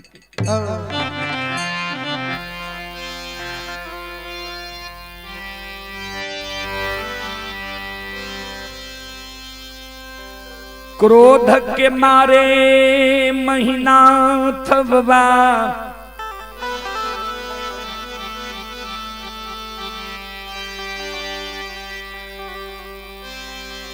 महापुरा नगरी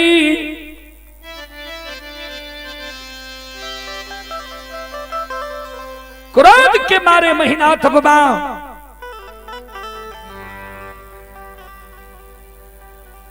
ध्यान दो श्रोता बाबू। क्रोध के मारे महीना थबवा फूल डाली के फूल के धरती पर गिरा देलकै। कमंडल के दूध के धरती पर पलटा दे।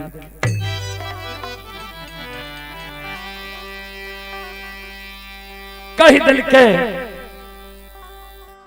जे काल 12 बजे दिन में तोरा 7 का चंदन के चेला में जला के मार दबो।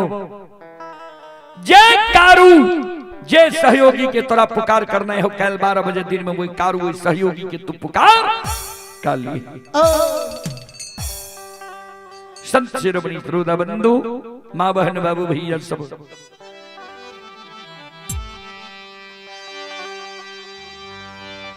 ध्यान दो।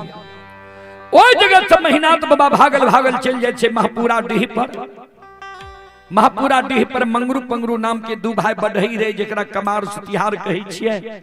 महीनात बाबा आवाज लगावे, रे मंगरू मंगरू, रे पंगरू, मंगरू। घर छे आंगन छे, घर आंगन से बाहर हो, द्वार पर आ। मंगरू पंगरू दोनों भाई घर आंगन से बाहर हो छे, द्वार पर आवे छे। महीनात बाबा के चरण में प्रणाम करे।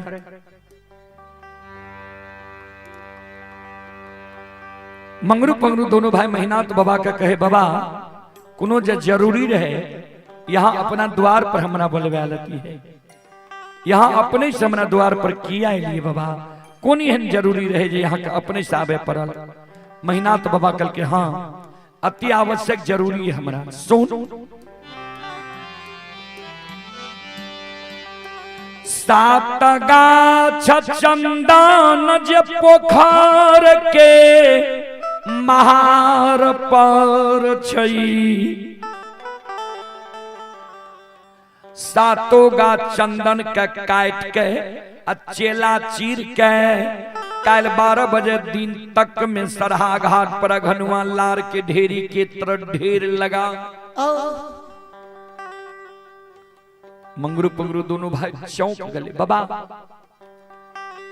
चंदन के चेला चिरबे बहा, चंदन के तू पांगे नहीं दे रहा। कहे रहा जे कारू भाई हमर मर गए, कारू के हाथ के लगाल चंदन निशानी रह गई। चंदन के जब पांग भी कहे चंदन के गाछ टूट जेते तो हमारा भाई के निशानी समाप्त भए जाए। आय कुन जरूरी छे जे बाबा चंदन के चेला छिरबे बहा। ककरे शादी विवाह छिए, मुंडन उपनयन छिए, भोज भंडारा छिए जे चंदन के चेला छिरबे बहा। महीनात बाबा कल के नहीं शादी विवाह छिए, नहीं मुंडन उपनयन छिए, नहीं भोज भंडारा छिए। काल 12 बजे दिन में लक्षणा दुश्मन के आग में जला के मारबई।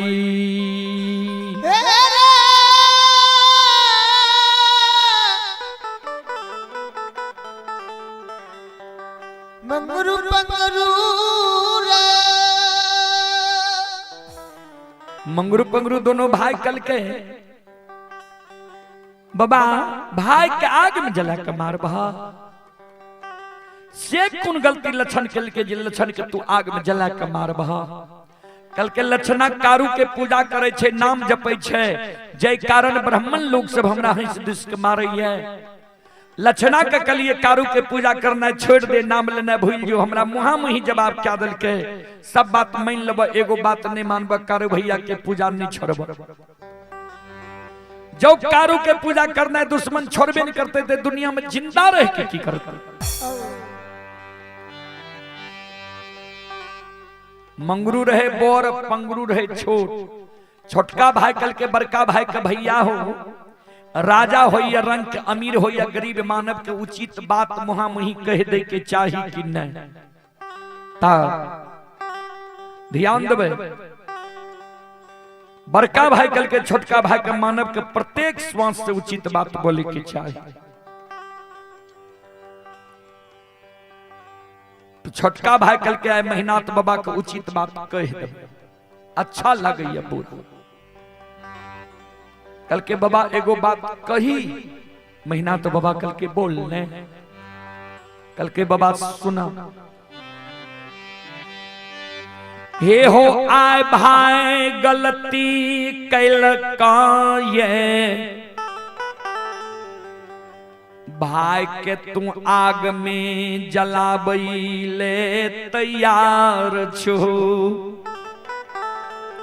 विचार करो तो बाबा, जय बेटा के तू जान से जन्म दिल ये, वही बेटा के पालन पोषण क्या के जवान करबो, पढ़ा लिखा के विद्वान बने भा, जवान मोनमती में जब तोरा जान के जन्मल बेटा, तू अपना जान के जन्मल बेटा के जब कोनो आदेश देव, तोहर जान के जन्मल बेटा जब तोरा आदेश के नहीं माना, तोहर पालल पोसल बेटा जब तोरा आज्ञा के भंग क्या दा, तोहर पढ़ाल लिखाल बेटा जब तोरा मुहा मुही जवाब क्या दा, बेटा के बाबा तू आग में जला के मार सके छो। महीना तो बाबा कल के रे मंगरू पंगरू, बेटा के कहीं लोग आग में जला के मार लगे। मंगरू पंगरू दोनों भाई के आंख से आंसू गिरे। बाबा हे हो बेटा गलती करतो तो बेटा के आग में जला के नहीं मारबो, भाई जा आए गलती कल तब भाई के आग में जला के मारे ले तैयार छो। जबकि बेटा मानव के बार बार मिल सके, बेटा मर जाए, पत्नी मर जाए, दोसरो शादी मानव करे छे, ओहो से बेटा जन्म ले छे, जान के जन्माल बेटा कहावे छे। बाबा तू ते अपने पढ़ल लिखल विद्वान छो। गोस्वामी तुलसीदास जी महाराज रामचरित्र मानस में की लिखलखिन है, ध्यान से सुनो।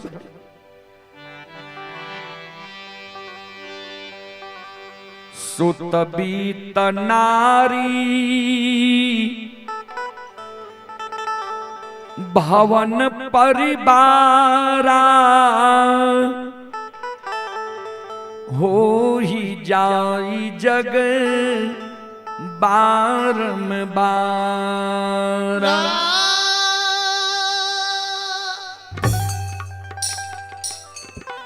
सूत बीत नारी भवन परिवारा, हो ही जाई जग बारंबार। सूत माने पुत्र होय छे, बीत माने धन होय छे, नारी माने पत्नी होय छे, भवन माने घर होय छे। ये सब चीज मानव के संसार में दोबारा मिल सके। फिर लिखलखिन ये गोस्वामी तुलसीदास जी महाराज रामचरित्र मानस लंका कांड में, अस विचारे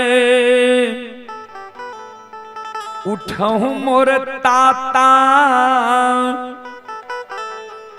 मिली है नो जग में सहोदर भ्राता।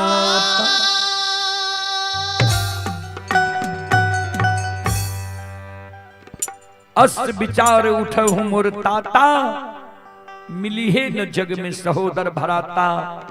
भ्राता के अर्थ भाई हो, पंगरू के महीनात बाबा का बाबा। हे हो बेटा बेटी पत्नी धन संपत्ति हित प्रेमी, दोस्त महीन यार कौर कुटुंब तोरा ए दुनिया में दोबारा मिल जेता। लेकिन जे सहोदर भाई के आए तो आग में जला के मारे ले जा रहा हो, वही सहोदर भाई का जब तू आग में जला के मार दबो। ए महीना तो बाबा ता के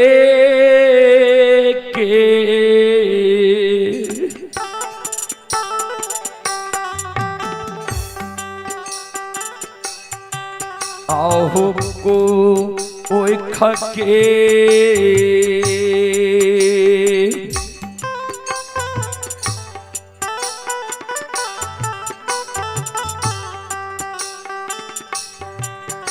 आहो जनमल सहोदारा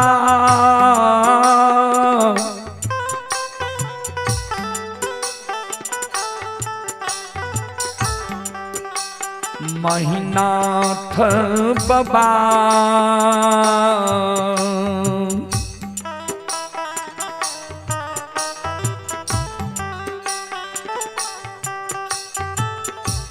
नहीं मिलता दूनी या हो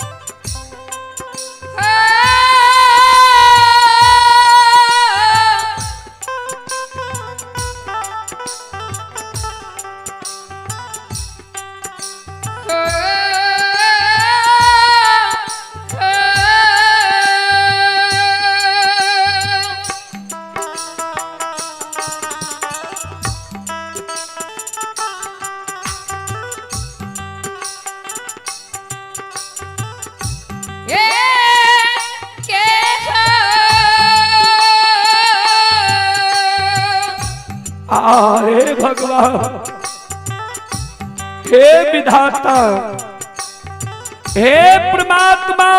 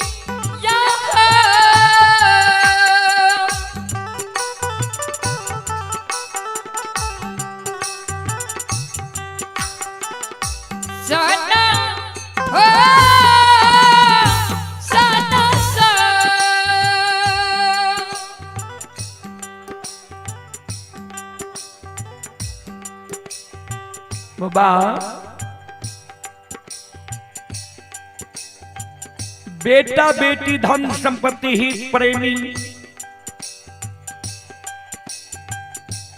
दुनिया में बार बार मिल जेता, लेकिन एक कोई के जन्मल सहोदर भाई दुनिया में दोबारा नहीं मिलता।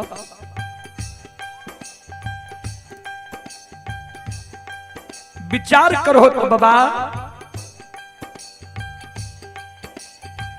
बेटा जब बाप के जांग पर गंदा क्या दे छे, बाप की करे छे, जांग काट के फेंक दे छे कि गंदा के साफ करवावे छे। वाज समान लक्षण तोहर बड़ भाई पिता तुल्य छ, तू लक्षण के छोट भाई, लक्षण तोहर छोट भाई पुत्र के समान छ, तू लक्षण के लिए बड़ भाई पिता तुल्य छो। लक्षण जब गलती कल के तो लक्षण के बुझे बहा समझे बहा कि आगे में जला के मार दबा, याद से बड़ भाई के धर्म, याद से बुजुर्ग लोग के कार्य। बाबा हमारा बात कर तुम मानो। आइए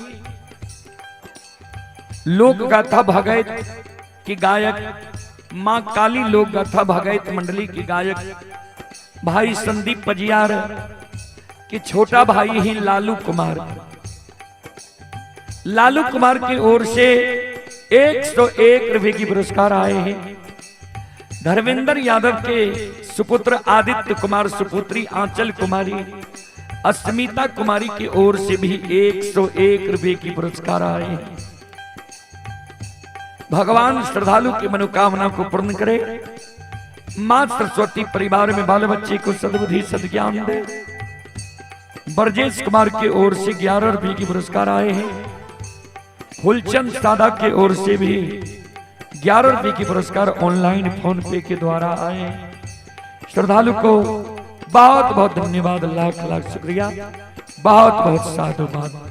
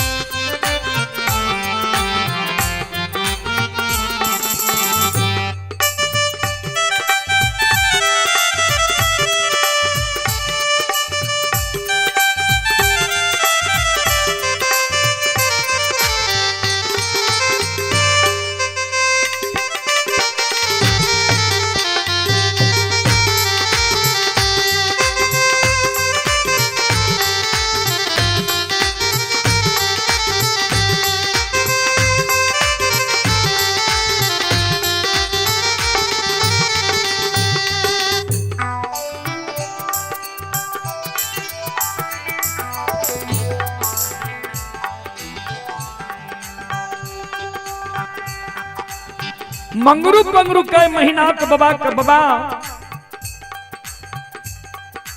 हमर बात के बाबा तुम मानो। ए ओ महीना के बाबा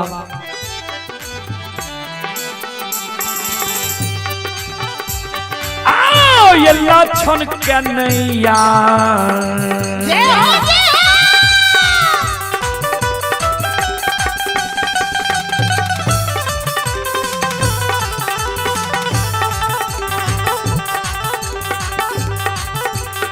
ओ महीनाथ बाबा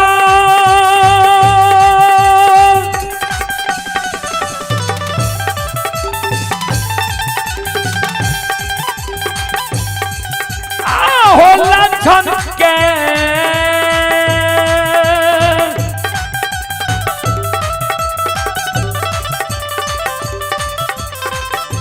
नहीं आग में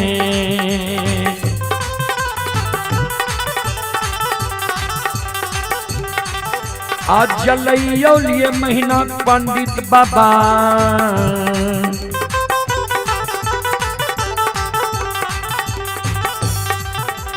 अच्छी अब सहोदरा ये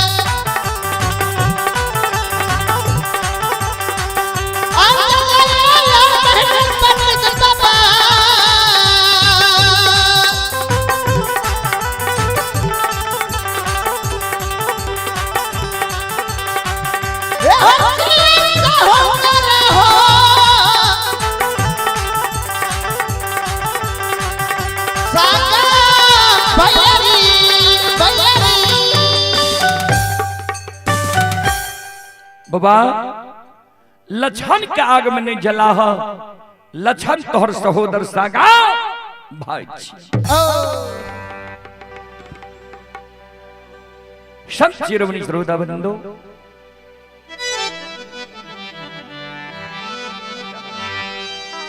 ध्यान देवे। महीनाथ बाबा कल के रे मंगरू पंगरू, तोरा हम आदेश दे ले एलियो ये कि तोहर उपदेश सुने ले लियो ये बाल। सात गज चंदन का काट के चेला चीर के घनुआ लार के ढेरी के तरह सरहा घाट पर कल 12 बजे दिन तक में ढेर लगे मी कि नहीं बाल। मंगरू पंगरू दोनों भाई कर जोड़ ले के बाबा अपने के जमीन में बसल छी, अपने के अदब शास्त्र में हम जरूर रहो, हमर जे धार में रहे यहाँ का कह दिलो, बात मानू या नहीं मानू भाई तो यहीं की छिया। मंगरू पंगरू दोनों भाई रुखान बसूला आरी कुल्हार इलाके पोखर महार पर पहुंच गए है। 7 गज चंदन का काट के चेला चीर के अघनुआ लार के ढेरी के तरह सरहा घाट पर ढेर लगा रहा।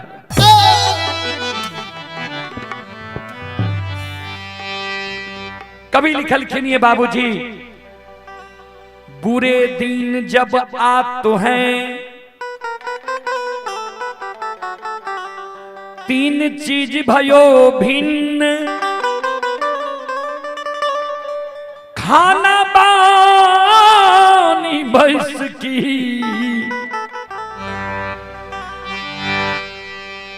विधाता लियो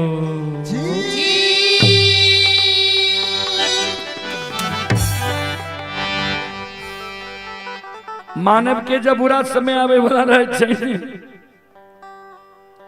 3 गो चीज भगवान मानव के छीन ले छै। पहले कहबे कौन कौन चीज? सबसे पहले सात्विक भोजन। जे मानव के भोजन बिगड़ जाए, जे मानव दारू तारी गांजा भांग मीट मांस मदिरा के प्रयोग ज्यादा करे लगे, पी के कहे नदी नाला रोड सड़क पर घोले जा बुझियो एकर दिन खराब भ गेले, समय बिगड़ गेले। तेसर में लिखल खिनिए बानी, जे मानव के बानी अटपट भ जाए, बोले कि कुछ बोल जा कुछ बुझ जाइयो एकरो दिन खराब भ गेले है। तीसरा में लिखल खिनिए बैसकी यानी बैठने उठने संगति।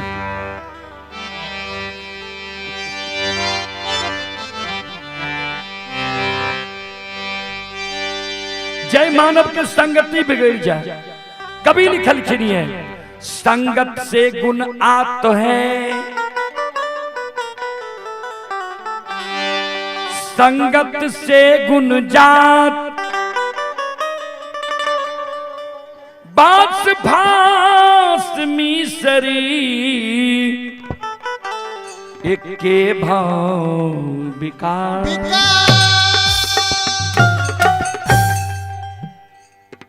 संगति के असर बहुत बुरा हो छे बाबूजी, जेहने के संगत करबे वहने है। महीनाथ बाबा का कपटी ब्राह्मण बाबा के साथ संगति भ गेले रहे। कभी लिखल खिनिए कपटी मित्र नहीं चाहिए, पीठ पोछ बात ले, आगे राह चढ़ाई के पीछे से धोखा दे। सबसे खतरनाक होय छे बाबूजी कपटी मित्र, कपटी दोस्त, कपटी हितैषी। संत शिरोमणि श्रोता बंधु, कपट के चाल में महीनाथ बाबा पेर गले। ध्यान से सुनबे, हे यो सुनो सुनो सुनबैया सुनबई,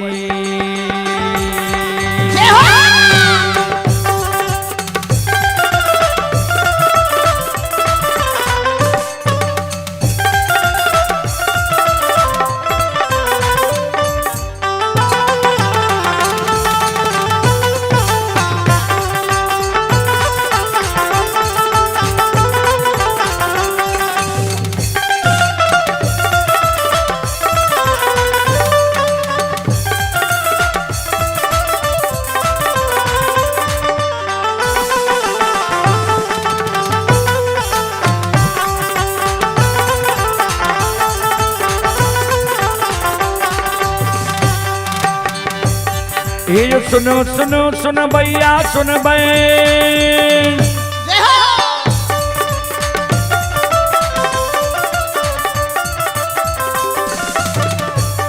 हे यो सुनो सुनो सुनो भैया सुनबे यो गबैया बजबैया सुनबे आइए माँ बहना गढ़िया के सुनबे आइए धर्म के बात ध्यान से सुनबे ए मालिक के लीला के सुनबे बरबर लीला गोस्ताएं रचल ए दुनिया संसार में रचल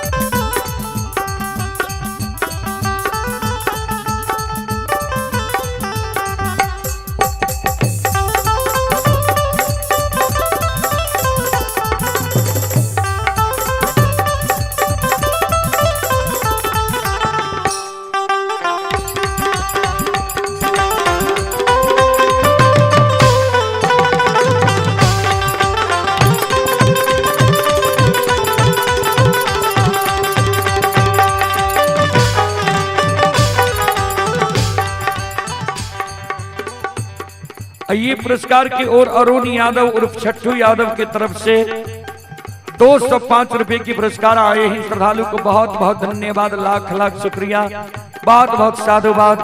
जय हो दानी श्रद्धालु की जय हो, जय हो दानी श्रद्धालु के समस्त परिवार की जय हो।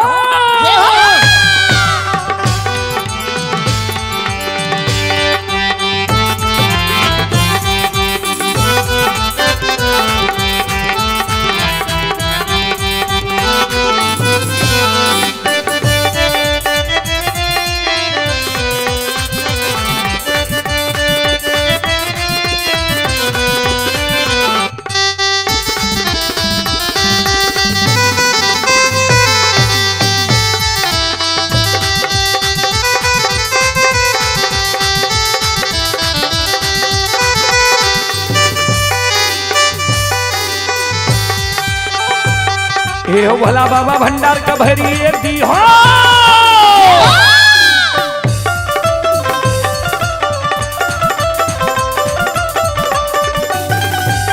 हे हो भला बाबा भंडार का भरी दी हो, ज्ञान के दीप सरस्वती जलई हो।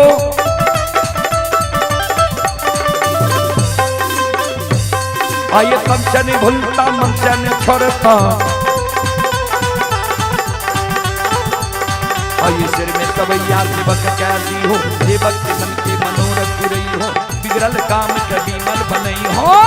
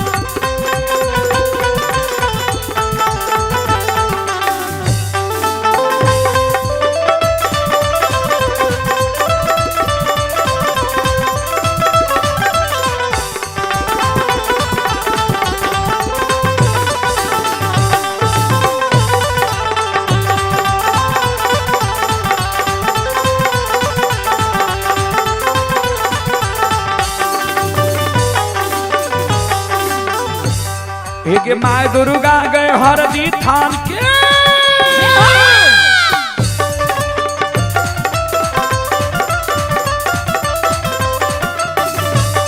एक माय दुर्गा गए हरदी थान के, माय भगवती के मैना गाम के।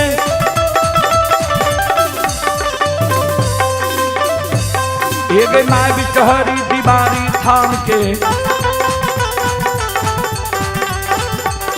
देगी माँ तारा के महिषी धाम, माँ गंगा के मानसी घाट, माँ कत्यानी के रेलवे काट के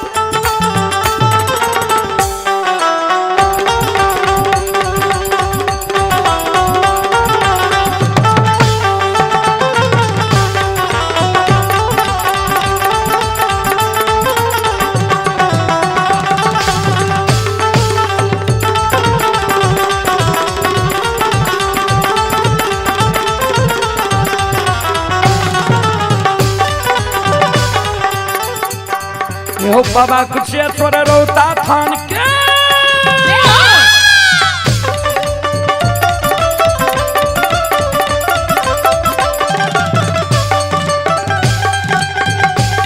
ये हो बाबा कुशेश्वर रोता थान के, बाबा करू महापुरा ये धाम के,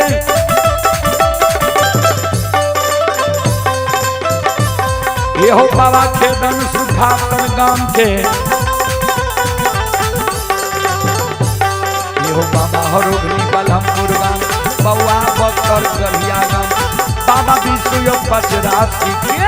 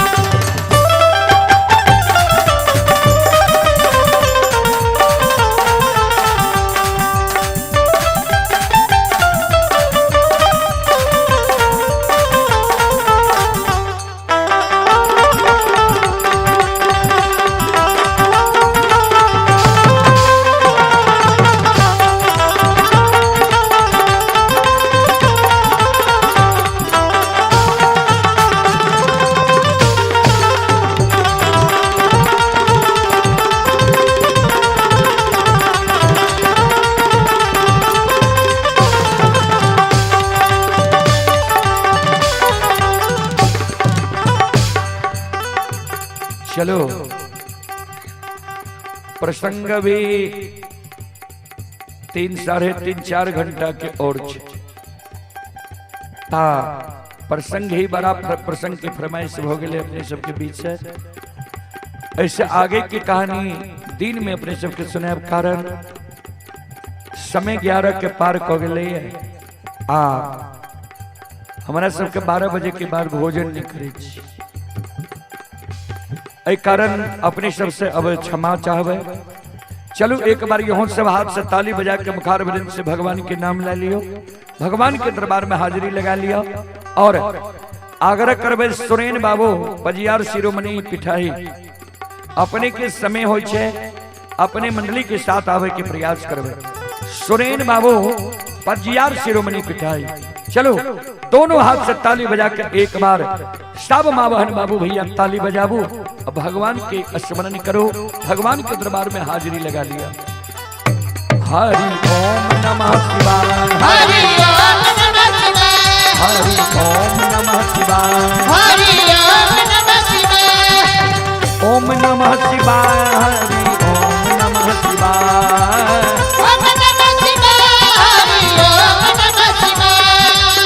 ओम नमः शिवाय, हरि ओम नमः शिवाय, ओम नमः शिवाय, हरि ओम नमः शिवाय, हरि ओम नमः शिवाय, हरि ओम नमः शिवाय, हरि ओम नमः शिवाय, चलो पिंटू पजियार जी गावे से पहले कल करे जे हमर प्रचार यहाँ कहियो नहीं करे ई बड़ा टीक वाला हिनकर घर भले तुर्की न भले हिनकर नाम छिए पिंटू पजिया जी और मशहूर झालवादा यहाँ के टीमो चले हाँ इनकर टीमो चले छे ता इनका पहचान लियो पिंटू पजियार जी आ इनका जे ककरे कार्यक्रम में ले जाए के होए तो इनकर कॉन्टैक्ट नंबर से इनका से कॉन्टैक्ट कर लेबे की। चलो फिर ये मिल जाए। चलो सब मिलकर ताली बजाबू सब माँ बहन बाबू भैया। कर्पूर गौरम करुणावतारम संसार सारम भुजगेंद्रहारम दादा बसंतम हृदयारविंदे दादा बसंतम हृदयारविंदे भावम भवानी सहितम नमामि। हरि ओम नमः शिवाय,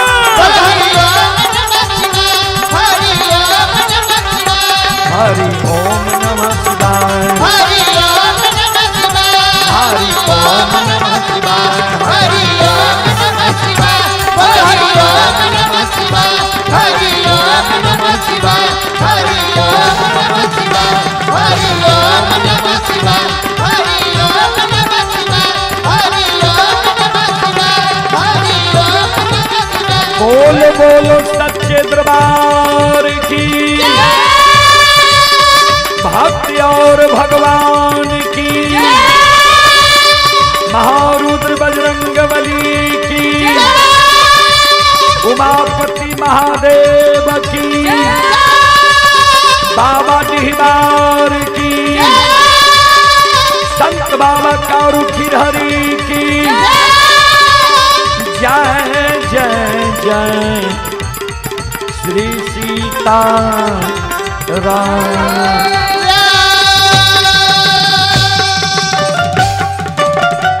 हर हर महादेव बोल।